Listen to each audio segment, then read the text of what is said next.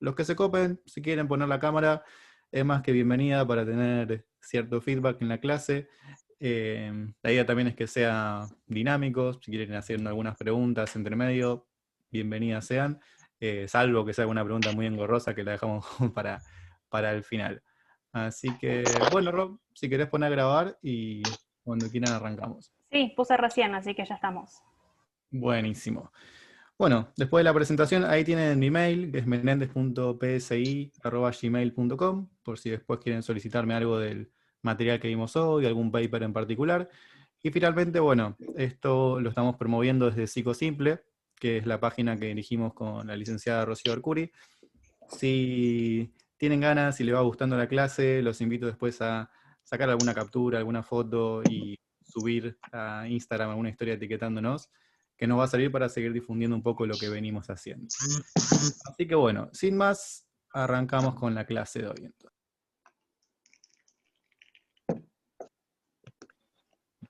Ay, Agus, te muteé sin querer, perdón.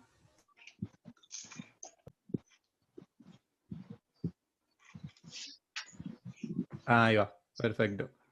Bien, bueno, antes que nada vamos a arrancar hablando un poquitito de cuáles son los propósitos de esta clase, cuál es la idea general, lo que intentamos transmitir en este encuentro. En principio, fíjense, bueno, el título de nuestro encuentro. Estrategias para el abordaje psicoterapéutico de la ansiedad en tiempos de pandemia. La idea de esto no es mostrar un tratamiento en específico ni un abordaje integral de algún tipo de trastorno, sino que vamos a estar hablando del abordaje psicoterapéutico de niveles elevados de ansiedad. No vamos a estar hablando de, por ejemplo, tratamiento para trastorno de ansiedad generalizada, ansiedad social, fobia específica o cualquier otro que sea el espectro ansioso. ¿Para qué sería esto entonces? Vamos a ver que frente a la ansiedad pueden aparecer lo que llamamos estrategias más bien desadaptativas, por lo cual nosotros vamos a promover ciertas pautas, ya sea de abordaje o psicoeducativas, que permitan brindarle a las personas con niveles de ansiedad elevado estrategias que resulten más adaptativas para su entorno. ¿Qué quiere decir esto? Hay estrategias para lidiar con la ansiedad que pueden ser disfuncionales a largo plazo, que de repente, no sé, una persona que ante sus niveles elevados de ansiedad elige como primera opción para lidiar con ello el consumo excesivo de alcohol, sabemos que a largo plazo podría tener un impacto que resulte negativo. Por lo cual vamos a tratar de brindarles estrategias que cumplan la misma función, pero que no resulten tan nocivas a largo plazo. A su vez, vamos a trabajar un poco el impacto que tiene el contexto de pandemia, particularmente lo que es la cuarentena, pero vamos a estar hablando también de la pandemia en general. Y a su vez, vamos a charlar sobre pautas psicoeducativas en general. La idea es que este tipo de estrategias no es que las van a aplicar sueltas dentro de un tratamiento para un trastorno mental, sino que van a ser útiles como abordaje, por ejemplo, de lo que es desarrollo personal, que es cuando una persona acude a consulta para poder mejorar ciertas habilidades, pulir ciertos aspectos que le pueden servir a su vida cotidiana. Crisis del ciclo vital, que es cuando una persona a lo largo de su vida sufre algún evento típico que sufrimos todos, quizás una separación, una jubilación, la pérdida de alguien querido, y está en un momento vulnerable, que no llega a ser un trastorno mental, pero tiene la vulnerabilidad para desarrollarlo. Y también personas que acuden en un nivel subclínico, que es cuando alguien tiene ciertas problemáticas que podrían cuadrar con algún trastorno, pero no llega a cumplir los criterios según DSM o CIE-10. Bien. Esto no quiere decir que las estrategias que veamos hoy no puedan usarse dentro de lo que es el tratamiento de un trastorno mental, pero sí que no, o sea, va a tener que ser dentro del marco de un tratamiento en específico. Para eso no se van a poder como optar por estrategias sueltas, aisladas ahí. Rosy, llegan a escribir algo en el chat, me avisás porque no lo veo desde acá. Dale. Bien, ahora sí, entonces, hablemos un poquito de la ansiedad, que suele tener muy mala fama. Esta pregunta que nos atraviesa a los terapeutas en general, como ¿es mala la ansiedad? ¿Es deseable eliminarla, intentar sacársela de encima? Veamos un poquito qué es en principio. La ansiedad por definición la podemos tomar como un estado de ánimo, que se caracteriza por lo que se conoce como un fuerte afecto negativo. o síntomas corporales de tensión. Esta es una definición que da la Asociación de Psiquiatras Americanos. Se trata de una emoción a su vez que está orientada al futuro, o sea que tiene que ver con anticipar posibles escenarios catastróficos, situaciones a las cuales vamos a tener que enfrentarnos de alguna forma y nos prepara para esas situaciones justamente. Se trata de una respuesta normal frente a situaciones que el cuerpo nuestro, o sea, nuestro cuerpo interpreta como peligrosas de alguna forma. No es una respuesta desadaptativa en sí, al contrario, es una respuesta adaptativa. Si hablamos, bueno, si damos una definición un poco más detallada, podemos pensarlo como un sistema complejo que incluye una respuesta a nivel cognitivo, pensamientos que tienen que ver con la ansiedad, afectivo, que tiene que ver con lo emocional, fisiológico, nuestra activación a nivel biológico, y conductual, que hacemos como consecuencia en respuesta a esa ansiedad. Si hablamos de ansiedad y rendimiento, podemos tener en cuenta lo siguiente. En general, muchos pacientes, y acá los que se dediquen a la práctica clínica van a tener como cierta idea en relación a esto, acuden a consulta diciendo, no quiero tener ansiedad, quiero sacarme esta ansiedad porque es mala, no me está permitiendo hacer lo que quiero hacer.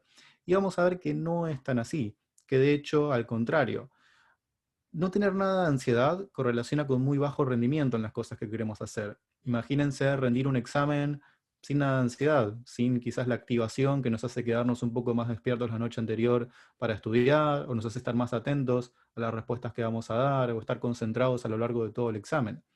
Por lo cual vamos a ver que una baja ansiedad correlaciona con un bajo rendimiento. Una ansiedad muy elevada también correlaciona con un bajo rendimiento. Lo que es adaptativo es una ansiedad moderada, en principio. Y vamos a ver que a su vez también la mejor forma de llegar a una ansiedad alta es usar estrategias que no sean funcionales o no estar dispuestos a percibir ciertos niveles de ansiedad que son normales en el ser humano. Todos experimentamos ansiedad en los momentos donde hay en juego algo importante, en definitiva. ¿Cuándo vamos a considerar que la ansiedad se vuelve desadaptativa? Cuando cumple determinadas características. Una es el criterio que está en DSM en todos los diagnósticos, que altere nuestro desempeño de alguna forma, que tenga una repercusión en nuestra vida que sea clínicamente significativa. Cuando viene acompañada a su vez de pensamientos que pueden ser distorsionados, cuando yo interpreto la realidad de un peligro que no hay, por ejemplo, imagínense en este contexto en particular, si cada vez que me doliera la garganta pensara, tengo coronavirus, seguramente, me voy a morir mañana. Y es un pensamiento distorsionado en definitiva, porque me hace, digamos, llevar a un pensamiento, una situación que puede ser un síntoma, que puede ser de muchas cosas, a una interpretación directa, a alguna inferencia ya directa. A su vez, puede ser desadaptativa cuando se activa, cuando no hay un peligro, cuando no lo amerita, o cuando el peligro es poco amenazante en sí, que digamos eso lo podemos llamar dentro de psicoterapia hipersensibilidad a los estímulos. Cuando dura más de lo necesario, si vivo una situación que me activa de alguna forma y esa ansiedad perdura con el tiempo mucho más allá de lo que amerita la respuesta en efecto, y a su vez vamos a ver que es desadaptativa cuando intentamos controlarla. No hay nada peor para hacer con la ansiedad que intentar no sentir ansiedad.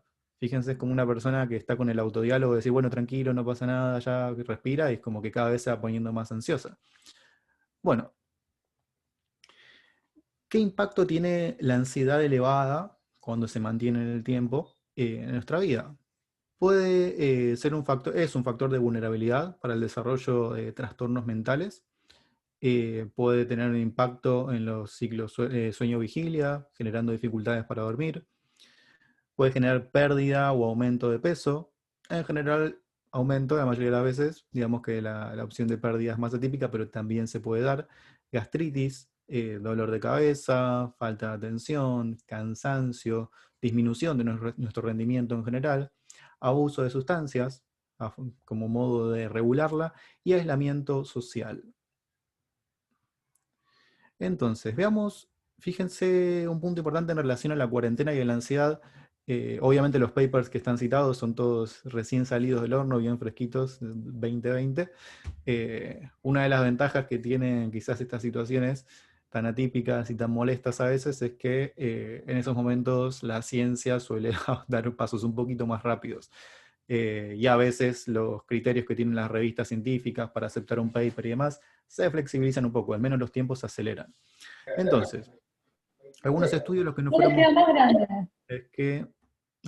gracias, Ro. existe una relación entre lo que es el confinamiento y mayores niveles de estrés, depresión, ansiedad y angustia. A su vez, aumenta el riesgo de padecer lo que conocemos como trastorno de estrés postraumático, va aumentando nuestros niveles de irritabilidad e insomnio. Las personas que se encuentran aisladas también aumentan su consumo de sustancias a nivel problemático.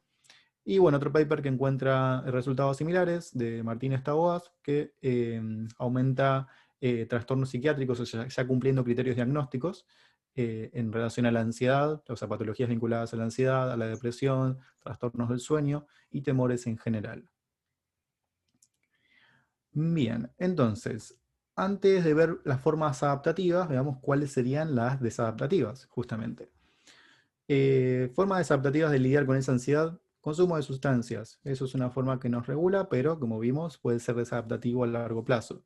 La sobreexposición a los medios de comunicación, que es algo además muy, muy común en un contexto como el que atravesamos.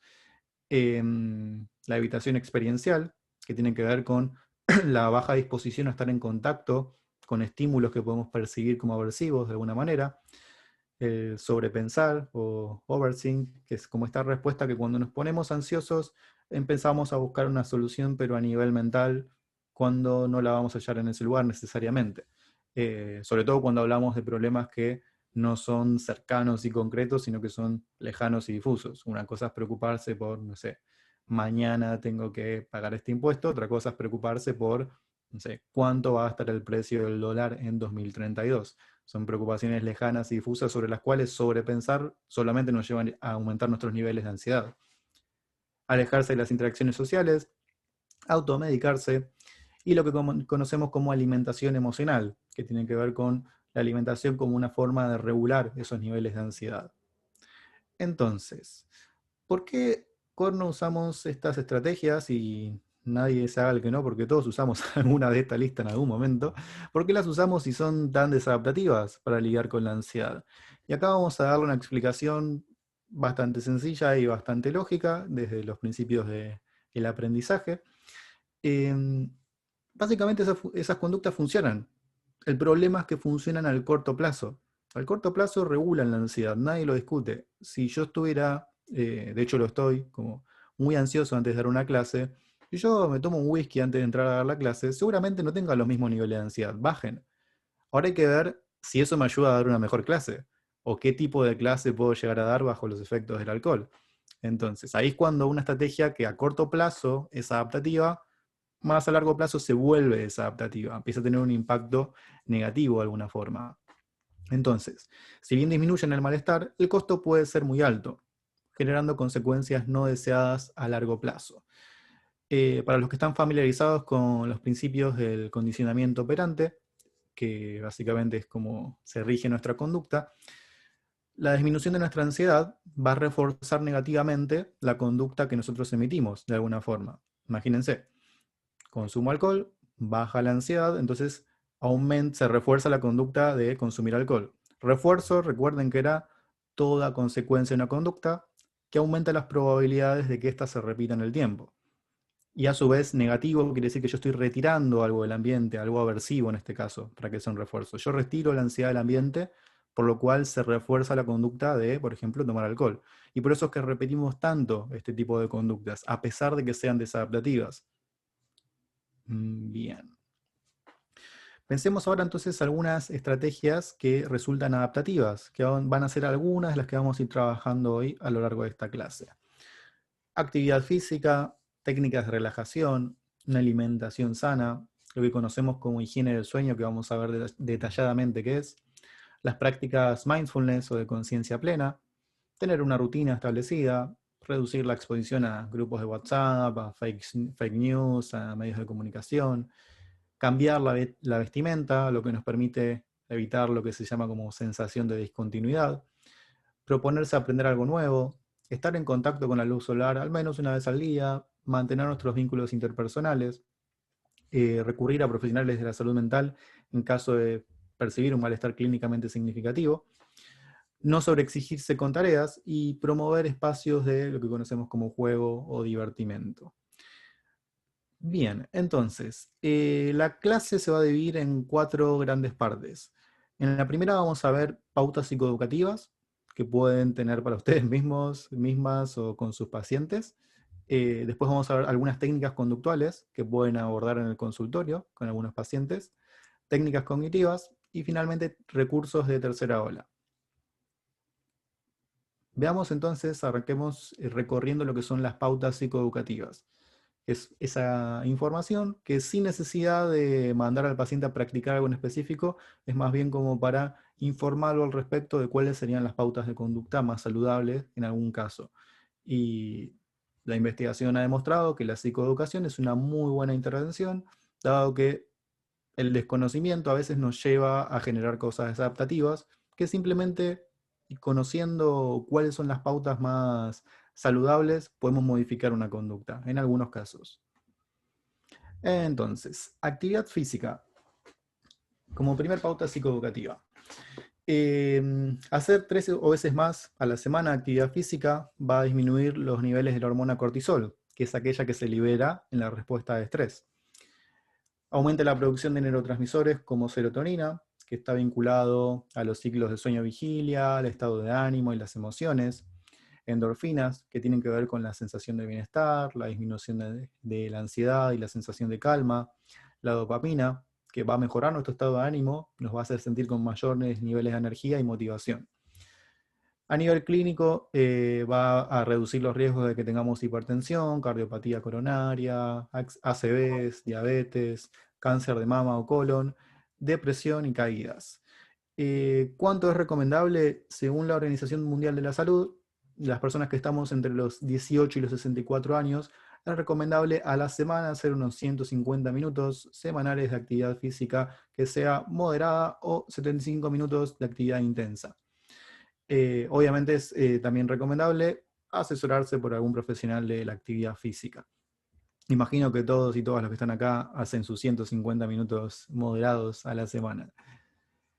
Alimentación, otro punto importante como pauta psicoeducativa. Comer e hidratarse con regularidad. Tener en cuenta que cuando tenemos niveles altos de ansiedad recurrimos a lo que es la alimentación emocional, que es una forma de regular esa ansiedad. Y a su vez que en la alimentación emocional no es que elegimos cualquier alimento, no vamos a la manzana, no vamos a la lechuga, vamos a alimentos como ricos en grasas, en calorías. Mantener una dieta saludable es aconsejable para poder manejar mejor los niveles de ansiedad y a la vez esto nos va a permitir percibir mayores niveles de energía y bienestar. Sueño, un punto muy importante. Acá, bueno, no sé, sí sé de algunos de los que están acá y algunas que atienden pacientes porque han hecho cursos con nosotros en algún momento, pero no obstante, se dediquen a la práctica de la psicología clínica o no, este tema los habrá tocado seguro durante la pandemia en algún momento. Lo que se encontró es que produce alteraciones significativas en el sueño. La falta de sueño a la vez genera como un círculo vicioso porque nos estresa más y el hecho de estar estresados también repercute en el ciclo sueño-vigilia, por lo cual cuesta como restablecerlo. Una cosa importante dentro de esto y a favor que tiene esta cuestión es que los problemas de insomnio, no importa de qué índole sean, si son de insomnio de conciliación, insomnio tardío o demás, en su mayoría tienen explicaciones contextuales, o sea que acomodando determinadas cuestiones del contexto, esos factores desaparecerían, o sea, desaparecería ese insomnio. Siempre que acuda alguien a consulta con problemas de sueño, o sea, de insomnio en general, lo primero que vamos a optar va a ser con trabajar con higiene del sueño, que es lo que vamos a ver ahora. Si eso no funciona, podemos sospechar, en ese caso, que esté jugando en un papel alguna cuestión biológica, en todo caso. Pero primero recurrir a esto que va a ser lo más probable, algún factor contextual que no esté funcionando correctamente. Entonces, dentro de estas pautas psicoeducativas, higiene del sueño lo que implica es enseñarle al paciente que, por ejemplo, para dormir, para no tener insomnio, una cosa importante es tener horarios regulares a la hora de irse a dormir. Evitar la actividad física intensa antes de irse a dormir también. La idea es que un lugar donde tenemos un buen descansar va a tener que tener pocos estímulos, ya sea lumínicos o Agus, sonoros. Sí. perdóname que te interrumpo. Alguien hace una pregunta interesante que me parecía que está buena. que vos habéis dicho, ¿no? Como que a veces son causas contextuales y si ese contexto, el cambio en ese contexto no llegara a dar resultados, podemos sospechar de algo orgánico, ¿no? Y alguien pregunta, ¿y si el contexto no es fácil de cambiar, como por ejemplo tener deudas? Ok, buena pregunta. En este caso, como estamos hablando de higiene del sueño, del contexto nos referimos al contexto en el cual la persona duerme. Después vamos a ver qué puede pasar con un contexto como sea deudas, que va a ser una estrategia que podemos llamar resolución de problemas, por ejemplo, que vamos a ver después, o si no, algunas cosas medio de tercera ola. Acá cuando me refiero a contexto, me refiero al contexto en el cual la persona duerme. Cosas que podemos hacer a veces, como no sé, dormir con el celular, con la tele prendida, además que van a dificultar el dormir y nosotros vamos a tratar de acomodarlos en principio para que se facilite eso. No lo garantiza, pero aumenta las probabilidades de que se dé. Bueno, tratar de no estar en contacto con estímulos sonoros, eso quiere decir dormir con la tele prendida no es una buena idea, por más que nos quedemos dormidos, porque el nivel de descanso que obtenemos en ese dormir no es el mismo. Yo sé que este punto es muy difícil, pero la idea es evitar tener el celular en la cama, también. Imagínense que el cerebro, evolutivamente hablando, no está muy preparado para diferenciar entre lo que es la luz artificial y la luz del sol, por lo cual si le damos un estímulo lumínico va a interpretar es de día y se va a empezar a activar y eso va a dificultar más, va a ser un umbral mayor de relajación el que necesitemos para llegar a dormirnos. Evitar el consumo de alcohol antes de irse a dormir, hacer actividad física durante el día o de manera regular va a facilitar el sueño. Tratar de no consumir bebidas estimulantes, como pueden ser, no sé, alguna infusión como café, mate, ni comer en exceso antes de irse a dormir. Lo de bebidas estimulantes también es antes de irse a dormir, no es durante todo el día.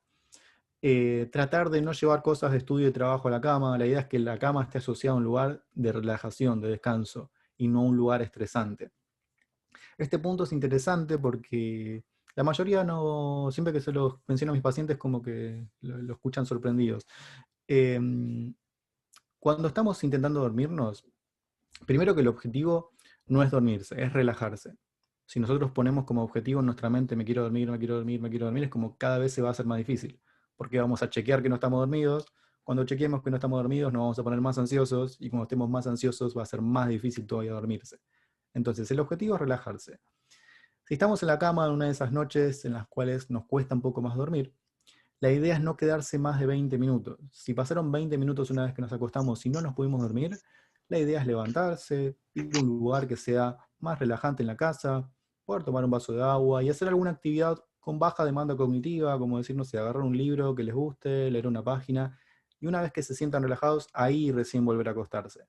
¿Por qué? Porque la idea es que no terminemos asociando la cama tampoco a un lugar estresante. Si todas las noches luchamos para dormirnos, y no podemos, y nos quedamos dando vueltas, va a ser más difícil todavía. Y bueno, punto difícil quizás para algunas personas, acá hay mucha gente del interior también, evitar las siestas. Yo sé que en lugares son muy queridas, pero a veces atentan contra el buen dormir. Salvo Agus, siestas como puntuales, sí. te hago una consulta, va, dos consultas tenemos. La primera es si las medidas que dijiste recién sirven más si el tipo de insomnio es de conciliación o si también es de mantenimiento. En principio va a ser independiente del tipo de insomnio. Cuando es de conciliación, en general se asocia más a la ansiedad, eso sí, van a ser más características de la ansiedad. Pero en sí, independientemente de qué tipo de insomnio sea, vamos a apuntar en primer lugar a factores contextuales, para ver si está operando algo de eso ahí. Que en la mayoría de los casos sí sucede que es así, por lo cual pensaríamos que la mayor probabilidad la tendríamos de resolver el problema. Si ahí no se resuelve, ahí vemos el siguiente escalón. Vemos justamente si puede haber otra cosa que lo esté sosteniendo. Por ejemplo, no sé, cuando una persona se despierta antes de la cuenta, muy antes y no se puede volver a dormir, estamos hablando de un insomnio que está generalmente asociado a características melancólicas o de depresión, y quizás sea primero mejor tratar eso para poder... bueno, en realidad las pautas de higiene del sueño no le van a venir mal igual. Aplicar higiene del sueño y aplicar un tratamiento que sabemos que está causando eso. Pero si vemos que esto no está entrando por ninguna parte, podemos empezar a sospechar que hay algo biológico y lo mandamos a hacer estudios, básicamente. Chequeo clínico general a ver si hay algo que pueda estar causando algún desorden del sueño. Es muy raro. A mí en la práctica clínica nunca me pasó que aplique higiene del sueño y la persona diga no me funcionó. O en todo caso sí me pasó que me digan, bueno, no lo apliqué. Y está bien, ahí es lógico que no funcione. Pero nadie que lo haya aplicado y que diga, no, igual no puedo dormir con todo esto. Bien, ¿había otra pregunta, Ro? Sí, te hago la segunda pregunta. Alguien comenta que como estamos en medio de la pandemia y encerrados en casa, estamos más expuestos a las pantallas que antes, ¿no? Y que entonces sí habría que, al menos, o en lo posible, fijar horarios para el celular, computadoras, etcétera. Coincido. Sí, sí, sí, sí, la sobreexposición a la pantalla puede ser muy, muy estimulante. A veces no tenemos opción por temas laborales, pero sí la idea, en principio, igual para dormir, va a ser que cuando uno duerma, cuando ya se decida dormir, no tenga prendida ninguna pantalla, ni el celular, ni la tele, ni nada. Tema Tengo rutina. otra pregunta más, Sí. pero me parece que está buena. Si una persona se despierta en la mitad de la noche y le cuesta volver a conciliar el sueño, ¿qué hace? Bien. En principio revisemos que se estén cumpliendo las cosas anteriores, porque si esto le viene pasando seguido y de repente es una persona que, no sé, se tomó un café antes de irse a dormir, no hace deporte hace meses, se comió la vida antes de irse a dormir, se duerme con el celular abajo de la almohada por si le llega una llamada importante y lleva cosas al trabajo, y primero vamos a trabajar sobre eso, para evitar que se vuelva a repetir. En el momento en específico del insomnio, o sea, no, la idea de estas estrategias, salvo la de levantarse, ir a los 20 minutos levantarse, el resto no son para aplicar durante, sino antes, para evitar que suceda, en definitiva. En todo caso, si nos traen ese problema, decimos, bueno, la próxima aplica esto y a ver si te vuelve a pasar. En definitiva, bajarían las chances de que suceda algo de esa índole. Tema rutina.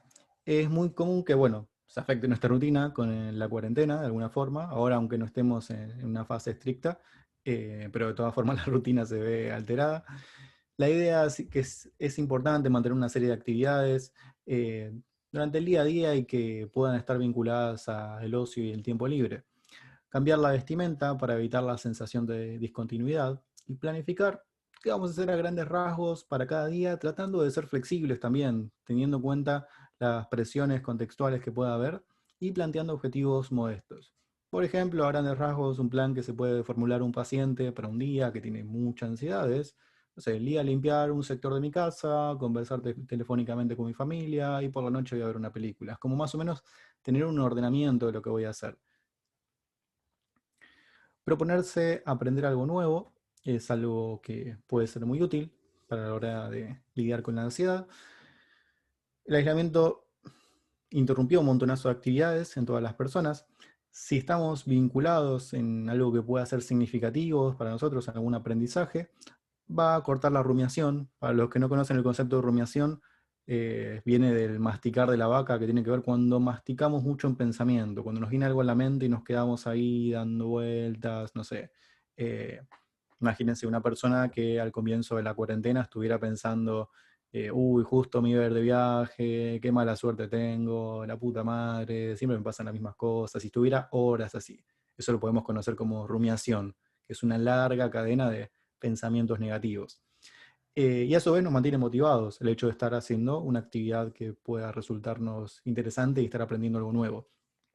En principio, la idea es que esta no sea otra fuente de estrés, por lo cual vamos a apuntar a que sea algo sencillo, gratificante y que promueva el compromiso con pequeños objetivos que se vaya planteando en la persona.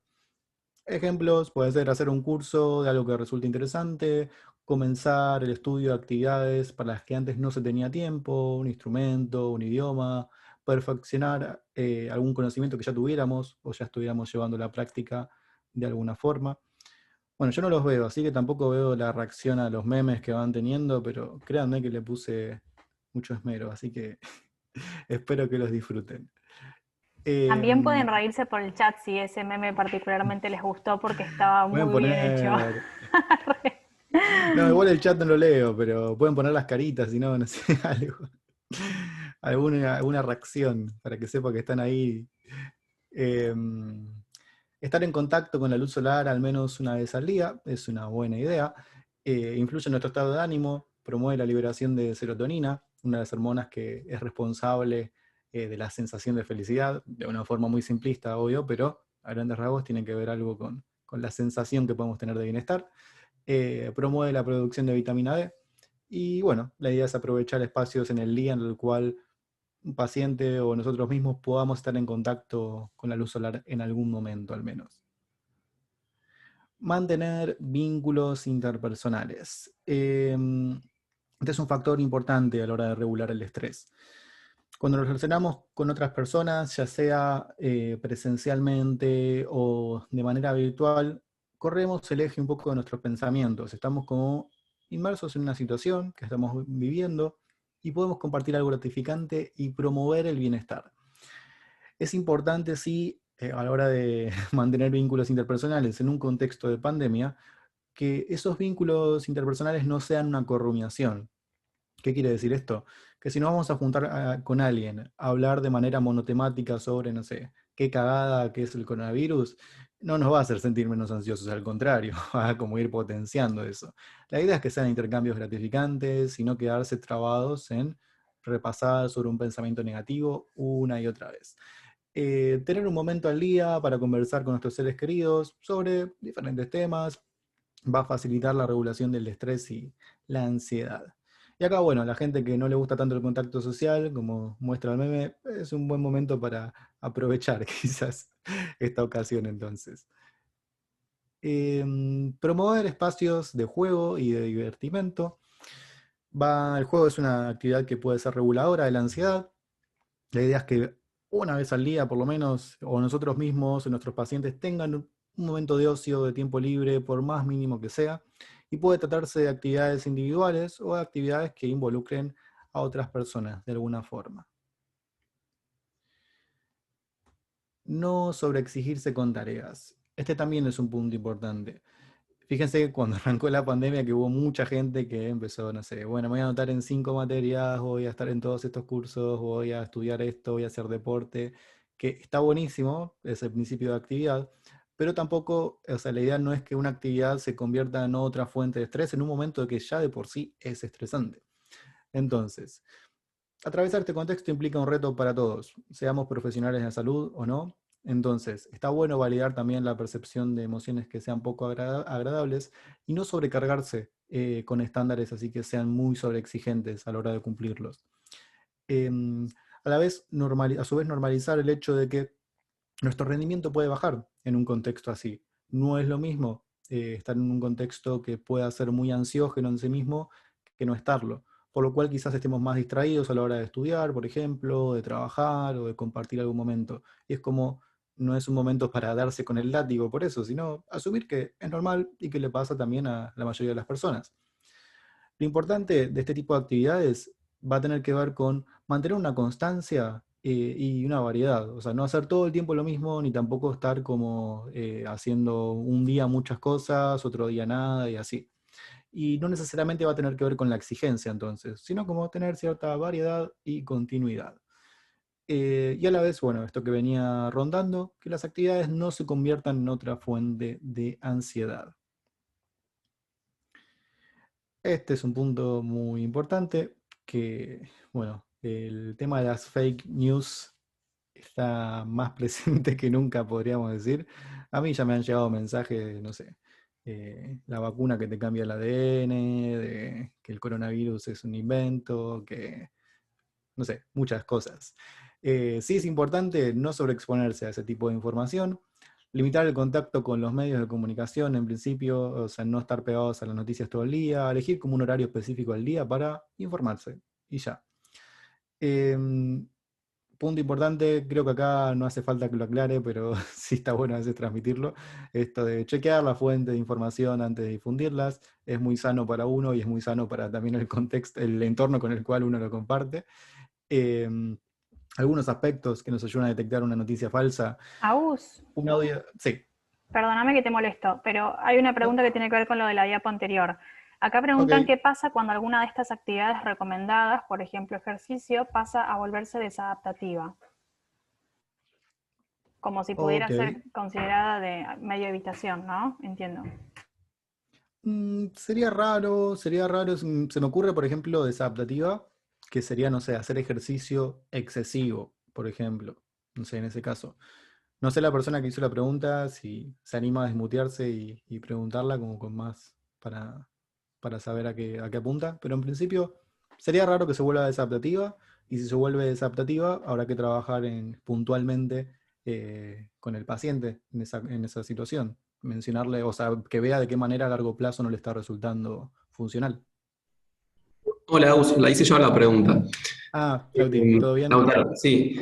Sí, particularmente hago referencia a eso. O sea, ¿qué pasa cuando el ejercicio, que en primer lugar puede ser una recomendación válida para casi cualquier persona, puede volverse como compulsivo, ¿no? Y terminar por generar ansiedad y ser una nueva fuente de ansiedad? Muy, muy buena esa pregunta. Eh, bueno, Roy y yo nos formamos mucho en el contextualismo funcional y el hecho de analizar la funcionalidad que cumple una conducta. Ninguna conducta es buena ni mala per se. El tema es la funcionalidad que cumple. Por ejemplo, ejercicio puede sonar muy lindo, pero como comparte Lautaro, puede ser desadaptativo si se hace de manera excesiva, por ejemplo. En ese caso habrá que evaluar qué función está cumpliendo. A mí se me ocurre, no sé, ejercicio excesivo puede estar, o sea, está típicamente vinculado a algunos trastornos como los trastornos de la conducta alimentaria.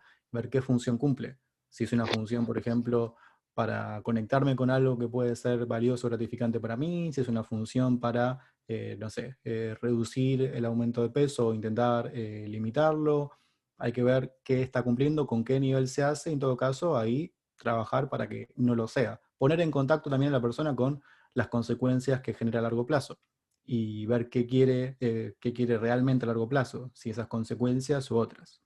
Y puedo hacer un mini comentario acá también, Sí, porque si obvio. no, a veces parece como si asociamos, uy, pero ¿qué pasa si hace ejercicio para evitar? Evitar no es necesariamente malo. Si una persona está ansiosa y hacer 30 minutos de ejercicio todos los días le baja la ansiedad, entonces ¿por qué le vamos a decir que no lo haga? ¿No? Cuando tenemos dolor de cabeza nos tomamos un paracetamol y estamos evitando una sensación interna displacentera y no decimos que, qué estrategia desadaptativa porque está tomando un paracetamol. ¿Se entiende? Entonces, si no es dañino a largo plazo para la persona, si no va en contra de sus valores, entonces evitar no siempre es malo. Entonces, aún si lo usa para evitar la ansiedad, no porque es evitación vamos a condenar esa acción. Totalmente, totalmente. Excelente esa aclaración, Ro. Buenísimo. Eh, Algunas formas de las cuales podemos darnos cuenta de que una noticia falsa, audios de personas que dicen ser profesionales, y les llega un audio de WhatsApp que dice, no, yo soy médico del Ramos Mejía y no saben lo que vi, como no es una fuente muy seria, diga lo que diga ese audio, las cadenas de mensaje, fotos o videos que son difundidos solo en redes con fuentes así de dudosa procedencia. Entonces, si vemos un paciente o nosotros mismos o conocemos a alguien que está en esa movida, por así decirlo, la idea es remitirlo a canales de comunicación oficiales, como tenemos la Organización Mundial de la Salud, que están formados por profesionales de la salud e investigadores que saben lo que dicen en principio. No es un audio de mi tía Marta por WhatsApp, sino que es una fuente que por lo menos algo de confianza podemos tener en eso. Bien. Entonces, terminamos con las pautas psicoeducativas. Ahora vamos a ir ya como a técnicas de intervención un poco más específicas. Hasta acá, de las pautas psicoeducativas que vimos, ¿alguna duda, algo que quieran compartir? Hablen ahora o callen para siempre.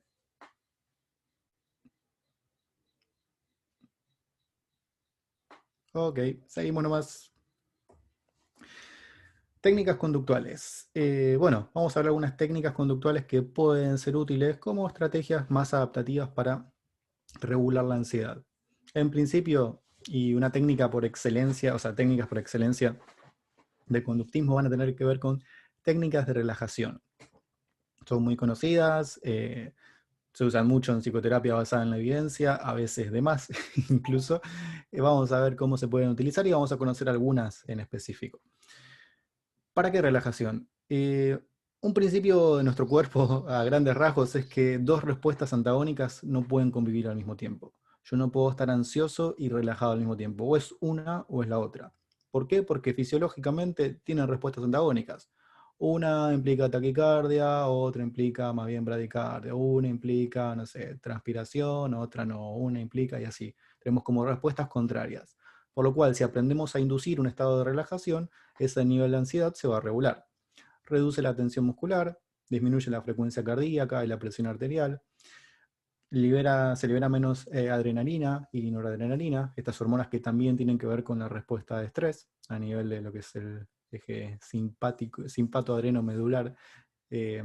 Mejora el funcionamiento de nuestro sistema inmune, poder practicar técnicas de relajación, la actividad intestinal, nos promueve una sensación de calma, Y acá, bueno, sí, también es importante, ya que estábamos hablando de evitación, hay que prestar especial atención a que no sean usadas como técnicas evitativas, que no sea para no lidiar con algo que quizás sí sea adaptativo lidiar en algún momento, sino que sean como herramientas de afrontamiento para la persona.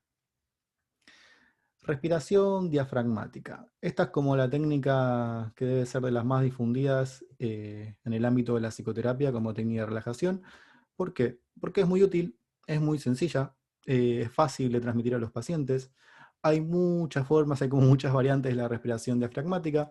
En principio se usa mucho porque es la que usamos particularmente para los ataques de pánico, que es un trastorno, o sea, no es un trastorno en sí el ataque de pánico, pero cuando trabajamos con trastornos de ataque de pánico, en ese caso es una técnica muy utilizada, y para el ataque de pánico en general también, incluso también para otros trastornos de ansiedad.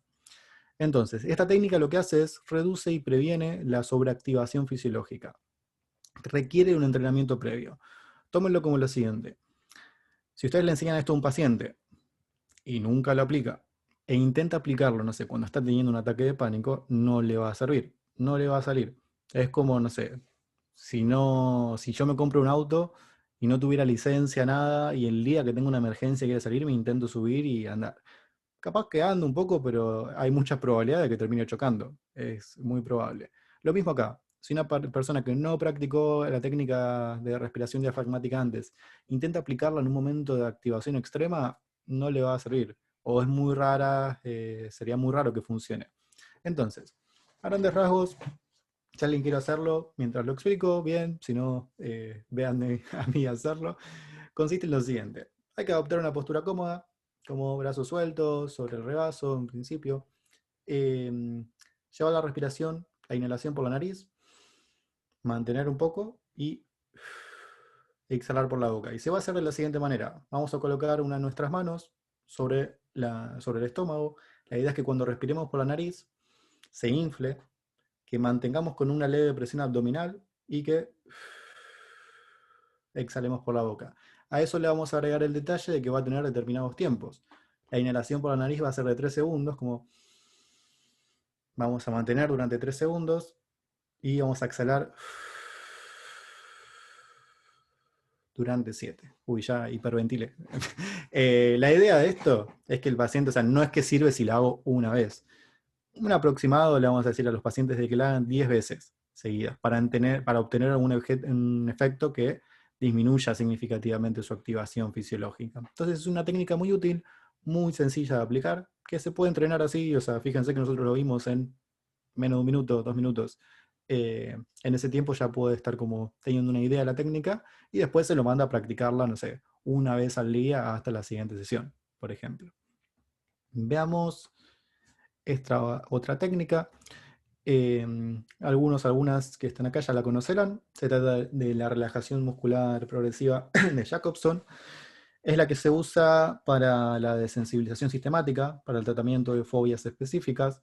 Esta es un poquito más compleja para entrenarse, pero no obstante es súper, súper útil.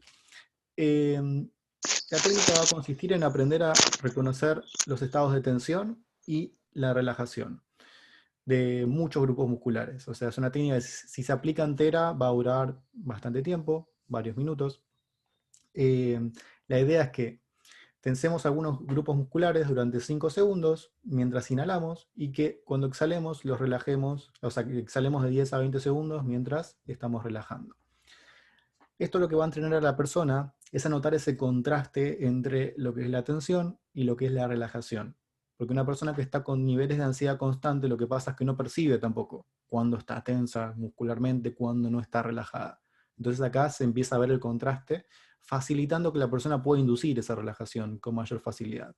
Entonces, lo que está demostrado es que a medida que alguien se va entrenando con este tipo de técnicas, puede terminar evocando esa relajación voluntariamente. Como si yo estoy tenso, me doy cuenta y aprendo como a soltar un poco, a como estar un poco más relajado. Y esto va a reducir la activación emocional y el estrés. Veamos a grandes rasgos de algunos grupos musculares cómo sería que se aplica. Agus, Imagínense. Sí. perdón, alguien pregunta, cuando la persona se tensiona en lugar de relajarse con la técnica de Jacobson, ¿qué hacemos? Se la enseñamos de vuelta porque no entendió. Eh, en principio, o sea, porque la técnica va a implicar que se tensione, ojo, o sea, se va a tensionar para relajarse. O sea, vamos a ver el contraste entre una y otra. Se supone que la persona a tensionarse no le va a costar, de hecho, ya si aplicamos esto, lo que suponemos es que va a estar tensionada. Eh, sería raro que una persona aplicando este tipo de técnicas termine tensionándose. Sí puede pasar con una técnica de respiración, por ejemplo, que la persona se ponga un poco más ansiosa, eso sí. Pero esta técnica como es muscular, ahora vamos a ver cómo se hace. Como notar ese contraste, no va a hacer que se ponga más tensa lo que está la persona. Sí va a hacer que tense un momento para notar el contraste de lo que es la relajación. A grandes rasgos, veamos, por ejemplo, cómo sería con un grupo muscular. Con brazo dominante acaba diciendo las instrucciones como extienda hacia el frente su brazo derecho, es decir, el dominante. Bueno, es como medio discriminador con los zurdos esto, pero no importa, medio viejo el protocolo. Eh, cerrar fuertemente el puño y mantener, tensar el brazo completo desde la mano hasta el hombro. Hay que percibir esa tensión y mientras la percibimos estamos haciendo mucha fuerza. Inhalamos durante 5 segundos y después y relajamos. Cuando relajamos, cuando estamos exhalando, después de haber percibido esa tensión en todo el grupo muscular, vamos a doblar el brazo, digamos, por el codo, como dice, y dejándolo descansar sobre su regazo. Entonces, ahí ve el contraste entre la tensión y la relajación. La idea es que ese contraste induce la relajación. Si nosotros tensamos y después soltamos un poco. Y así, esto no es que se hace con un grupo muscular, se hace con toda una serie de grupos musculares, primero brazo derecho, después brazo izquierdo, después la frente, ojos y nariz, mandíbula y cuello, abdomen, piernas, pies, o sea, como que va recorriendo todo el cuerpo, y la idea es que esto induce en general un estado de relajación. Lo que implica es cierta práctica, cierto entrenamiento. Agus, Sí. acá otra pregunta. ¿Esta técnica tiene alguna contraindicación? Mm, no que yo sepa, no que yo sepa. Sí he escuchado, o sea, hay como cierta polémica con las técnicas de relajación en sí, porque muchas veces lo que se ve en algunas investigaciones es que no son un componente activo, en algunos casos. O sea, que quiere decir que no son explicación de los cambios que van teniendo los pacientes, que podrían fácilmente no estar y se obtendría el mismo resultado. Yo no escuché nada por ahora de que aplicar o entrenarse una técnica de relajación sea iatrogénico, o sea, que tenga algún efecto contraindicado o algo que no sea terapéutico, al contrario. Eh, no te quiero dar, no pongo las manos en el fuego porque no haya una publicación que diga que sí, o sea, hacer esta técnica puede tener algún efecto controversial, pero en principio lo que te podría decir desde mi conocimiento es que no, nunca escuché que pueda tener un efecto adverso entrenar a alguien en relajación. Sí, Un en todo caso puede dato, pasar que sea el pedo, pero no más claro. que eso. Y un dato, pero esto como siempre, eh, igual esto que está dando Agus es como algunas técnicas sueltas o generales para la ansiedad en contexto de pandemia. No es para personas que tienen un trastorno de ansiedad, que para eso tendrían que estar yendo a un terapeuta, bla, bla, bla, bla. Sin embargo, si llegaran a tener algún paciente, siempre se le pregunta cuándo fue el último chequeo clínico que te hiciste. ¿Tenés alguna condición médica? ¿Tomás alguna medicación? Si el paciente está en algún tratamiento, uno se contacta con ese médico que lo está tratando, ¿sí? Y ya, a ver, ya mismo nosotros le preguntamos capaz si tiene alguna contraindicación, ¿sí? Si fuera una persona que, no sé, sé que no tiene que ver con esto, pero en algún momento hice exposición con un paciente y teníamos que hacer que se agite, y para eso tenía que hacer sentadillas con salto, por ejemplo. Y él me dijo, no, es que a mí me duele la cadera, listo, perfecto. Entonces modificamos para que él pueda hacer exposición sin hacer algo que le podía resultar dañino. Pero bueno, eso hay que preguntarlo y el propio paciente también tiene que saber conocer su cuerpo, ¿no? Así que básico, pregunten cuándo fue el último chequeo clínico, si tiene alguna medicación, contáctense en el peor de los casos con el médico tratante. Bien, vamos a la siguiente técnica conductual, que va a servir mucho con las personas que son más bien, que tienen cierta tendencia a sobrepensar, lo que habíamos mencionado como el overthink. Eh, entrenamiento y resolución de problemas de Surya es una habilidad muy útil que tampoco es difícil entrenar a los pacientes en esto y puede ser muy útil. Eh, A veces, por ejemplo, los pacientes que tienden a la ansiedad en general van a tener como una performance bastante pobre a la hora de resolver problemas. Como que se van a quedar estancados en soluciones prematuras o en opciones como... Van a descartar prematuramente las opciones de solución y se van a quedar rumiando en el problema sin hacer algo al respecto. Entonces, cuando tenemos una baja capacidad de resolución de problemas, vamos a tener preocupaciones que son excesivas y a la vez desgastantes. Vamos a estar muy trabados con muchas situaciones. Esto va a facilitar la forma en la que nos enfrentamos a ese problema y afrontamos las adversidades que conlleva. Consta de 5 pasos a grandes rasgos. Voy a mencionar un poquito de cada uno. Primero, básico para resolver un problema, identificar cuál es el problema. Suena muy tonto, lo sé, pero una persona que tiene problemas para resolver problemas, valga la redundancia, también tiene problemas para identificar cuál es justamente esa cuestión que lo está molestando. Entonces quizás, no sé, cae a sesión un paciente y dice, no sé, mi problema es que estoy ansioso, o mi problema es que tengo miedo, mi problema es que bla, bla, bla. Y quizás, o sea, tener una emoción en sí no es un problema. El problema es qué pasa con esa emoción. Por ejemplo, no sé, mi problema es que no puedo aprobar todas las materias que estoy haciendo al mismo tiempo, con los 20.000 cursos y mi trabajo. Y es como que quizás el problema no sea ese, sino una cuestión de organización, de aprender a distribuirse los tiempos y demás, como formular con claridad. Por ejemplo, mi problema es que no me estoy pudiendo organizar como quisiera. Bien, tenemos algo para solucionar ahí. Pensar un objetivo en específico dentro de ese problema. Mi objetivo sería, no sé, poder todos los días no sé, poder estudiar un poco en relación a este examen que tengo que dar. Poder organizarme como para tener tiempo de estudiar algo. Número 3, y quizás sea como el corazón de la resolución de problemas, el brainstorming, esto como la tormenta de ideas. ¿Por qué es tan importante? Porque, como había mencionado hace un ratito, las personas con una pobre resolución de problemas se quedan estancadas en, descartan prematuramente las opciones. Es como que piensan algo y dicen, no, no va a servir, listo, y vuelven a rumiar otra vez. Entonces, acá vamos a permitir que aparezca cualquier idea y la vamos a ir registrando. No importa qué tan descabellada sea en principio. No sé, si el objetivo de una persona es aprobar un examen, que venga cualquier idea que le ayude a aprobar ese examen, por más descabellada que venga, que sea. Que sea desde sentarme a estudiar, sobornar al profesor, copiarme, o sea, no importa qué tan descabellada sea, que anote todo eso. Opciones, en principio. Va a haber algunas que obviamente como esas van a descartarse fácilmente, pero van a aparecer otras que sí van a ser bastante piolas para utilizarse. El tema es que la persona no descarte prematuramente.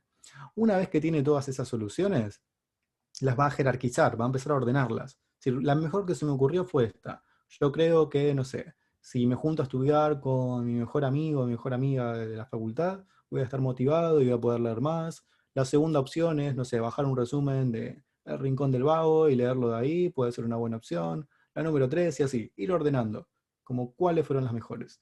Y la última, que tiene que ver también con el marco de una psicoterapia, la puesta en práctica, o sea, el accionar directo, y el feedback, que el ambiente le diga si funcionó o no funcionó. Le diga, esa solución fue una cagada, no te sirvió para nada, te sacaste un 2 o se sacó una buena nota. Si algo no funciona en esta solución de problemas, esta resolución de problemas, va a tener que pasar a la siguiente opción, va a volver al paso anterior y va a pasar a la siguiente en la jerarquía y así. Lo que va a permitir esto es que la persona no se quede trabada pensando simplemente en soluciones sin hacer nada. Que tenga una lista, que lo piense, que lo jerarquice y lo lleve a la práctica. Y eso lo que demuestra es que disminuyen los niveles de ansiedad, porque no estamos trabados con una preocupación, con el sobrepensar. Bien. Hasta acá estamos de técnicas conductuales. ¿Alguna duda con las que vimos? Vimos, bueno, técnicas de relajación en general y resolución de problemas. Ahora iríamos a las técnicas cognitivas.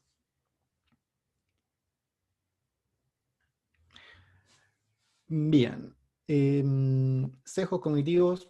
Le voy a introducir un poco qué es esto para los que no están familiarizados con el concepto. Y vamos a ver particularmente algunos que son característicos de la ansiedad. Suceden de manera automática e involuntaria. Todos distorsionamos la información de alguna forma, la que vamos percibiendo con la realidad. Van a existir algunos sesgos característicos que van a mostrar cómo distorsionamos sistemáticamente la realidad, o sea, en alguna dirección en específico, cómo tendemos a Agus, interpretar. Sí, perdóname que te interrumpo. Alguien hace una pregunta de la diapo anterior, entonces quería hacértela ahora antes de dejarte seguir con esto. Sí. Dice, ¿qué hacemos cuando el paciente se queda en el paso previo a la puesta a prueba? Es decir, llega a la sesión sin haber realizado la actividad intersesión. Ok, buena pregunta. En general, hay que ver igual por qué no lo hizo. O sea, evaluaría primero por qué no apareció. No tuvo tiempo, no lo quiso hacer, pensó que no iba a funcionar, y depende de la respuesta que tenga, va a ser el abordaje que haya ahí. Si, por ejemplo, cree que no va a funcionar, vamos a volver a las pautas psicoeducativas. A explicarle que puede no funcionar, que está perfecto, pero que seguramente sea una mejor opción que no hacer nada y quedarse pensando. No se lo vamos a decir así, obvio, pero vamos a intentar como conducir hacia ese lugar, como diciendo, ¿qué te sirve más? ¿Con qué te estás sintiendo mejor? ¿Te sentiste mejor no haciendo nada, quizás, o no llevando a la práctica esto y quedarte reflexionando al respecto? ¿Pudiste acercarte un poco más a solucionarlo o no? Como ponerlo en contacto con eso. Después, si apareció otra cuestión que le impidió hacerlo, vamos a ver que quizás no haya sido una buena idea. Entonces, dentro de la jerarquización, la opción que haya elegido no haya sido la mejor, si el contexto no le permitió aplicarla de alguna forma. Eso igual vamos a tratar de prevenirlo y tratar de que no ponga ninguna opción que sea imposible de realizar de alguna forma. Pero en principio la respuesta que te diría es, como dicen todos los psicólogos, depende. No, te preguntaría, ¿qué onda? O sea, ¿qué pasó que no lo hizo? Y depende de la respuesta, es el abordaje que tendríamos. Bien, entonces, básicamente todos leemos la realidad a través de nuestros pensamientos. No sé, yo estoy acá dando una clase, me viene un pensamiento que me dice, se te va a cortar el internet en cualquier momento, por ejemplo. Me visita ese pensamiento y me pone ansioso, obviamente, sube mis niveles de ansiedad cuando me visita ese pensamiento. Ahora lo que vamos a ver es que ese pensamiento quizás no esté tan anclado a la realidad. ¿Cómo tengo la seguridad de que se me va a cortar internet? ¿Es posible? Sí, es posible, puede pasar. Ahora, ¿es probable? Y no sé si es tan probable como para que interprete eso directamente. De hecho, son más las veces que no se me cortó internet que las que se me cortó, por ejemplo. Entonces diríamos que es menos probable que suceda. No obstante, un pensamiento puede ser distorsionado, que me dice, seguramente hoy que tenés que dar esta clase se va a cortar internet. Ahí podemos detectar a grandes rasgos lo que sería un pensamiento sesgado. Un ejemplo que tenemos entonces es, al ver una noticia sobre la pandemia, no es lo mismo pensar, debo tomar los cuidados necesarios para protegerme, a pensar, seguramente voy a contagiarme y mi vida correrá gran peligro. Fíjense que del mismo estímulo se interpretan dos realidades completamente diferentes. Una que puede ser un poco más adaptativa y más realista, que es, bueno, está bien, es una pandemia, tendría que tomar ciertos cuidados y voy a tener que protegerme de alguna forma. Y otra es una interpretación más bien sesgada, que es seguro, o sea, 100% de probabilidad de que voy a contagiarme y a la vez mi vida va a correr peligro. No solo me voy a contagiar, sino que voy a estar en la lona. Entonces, ¿qué hacemos con esos pensamientos?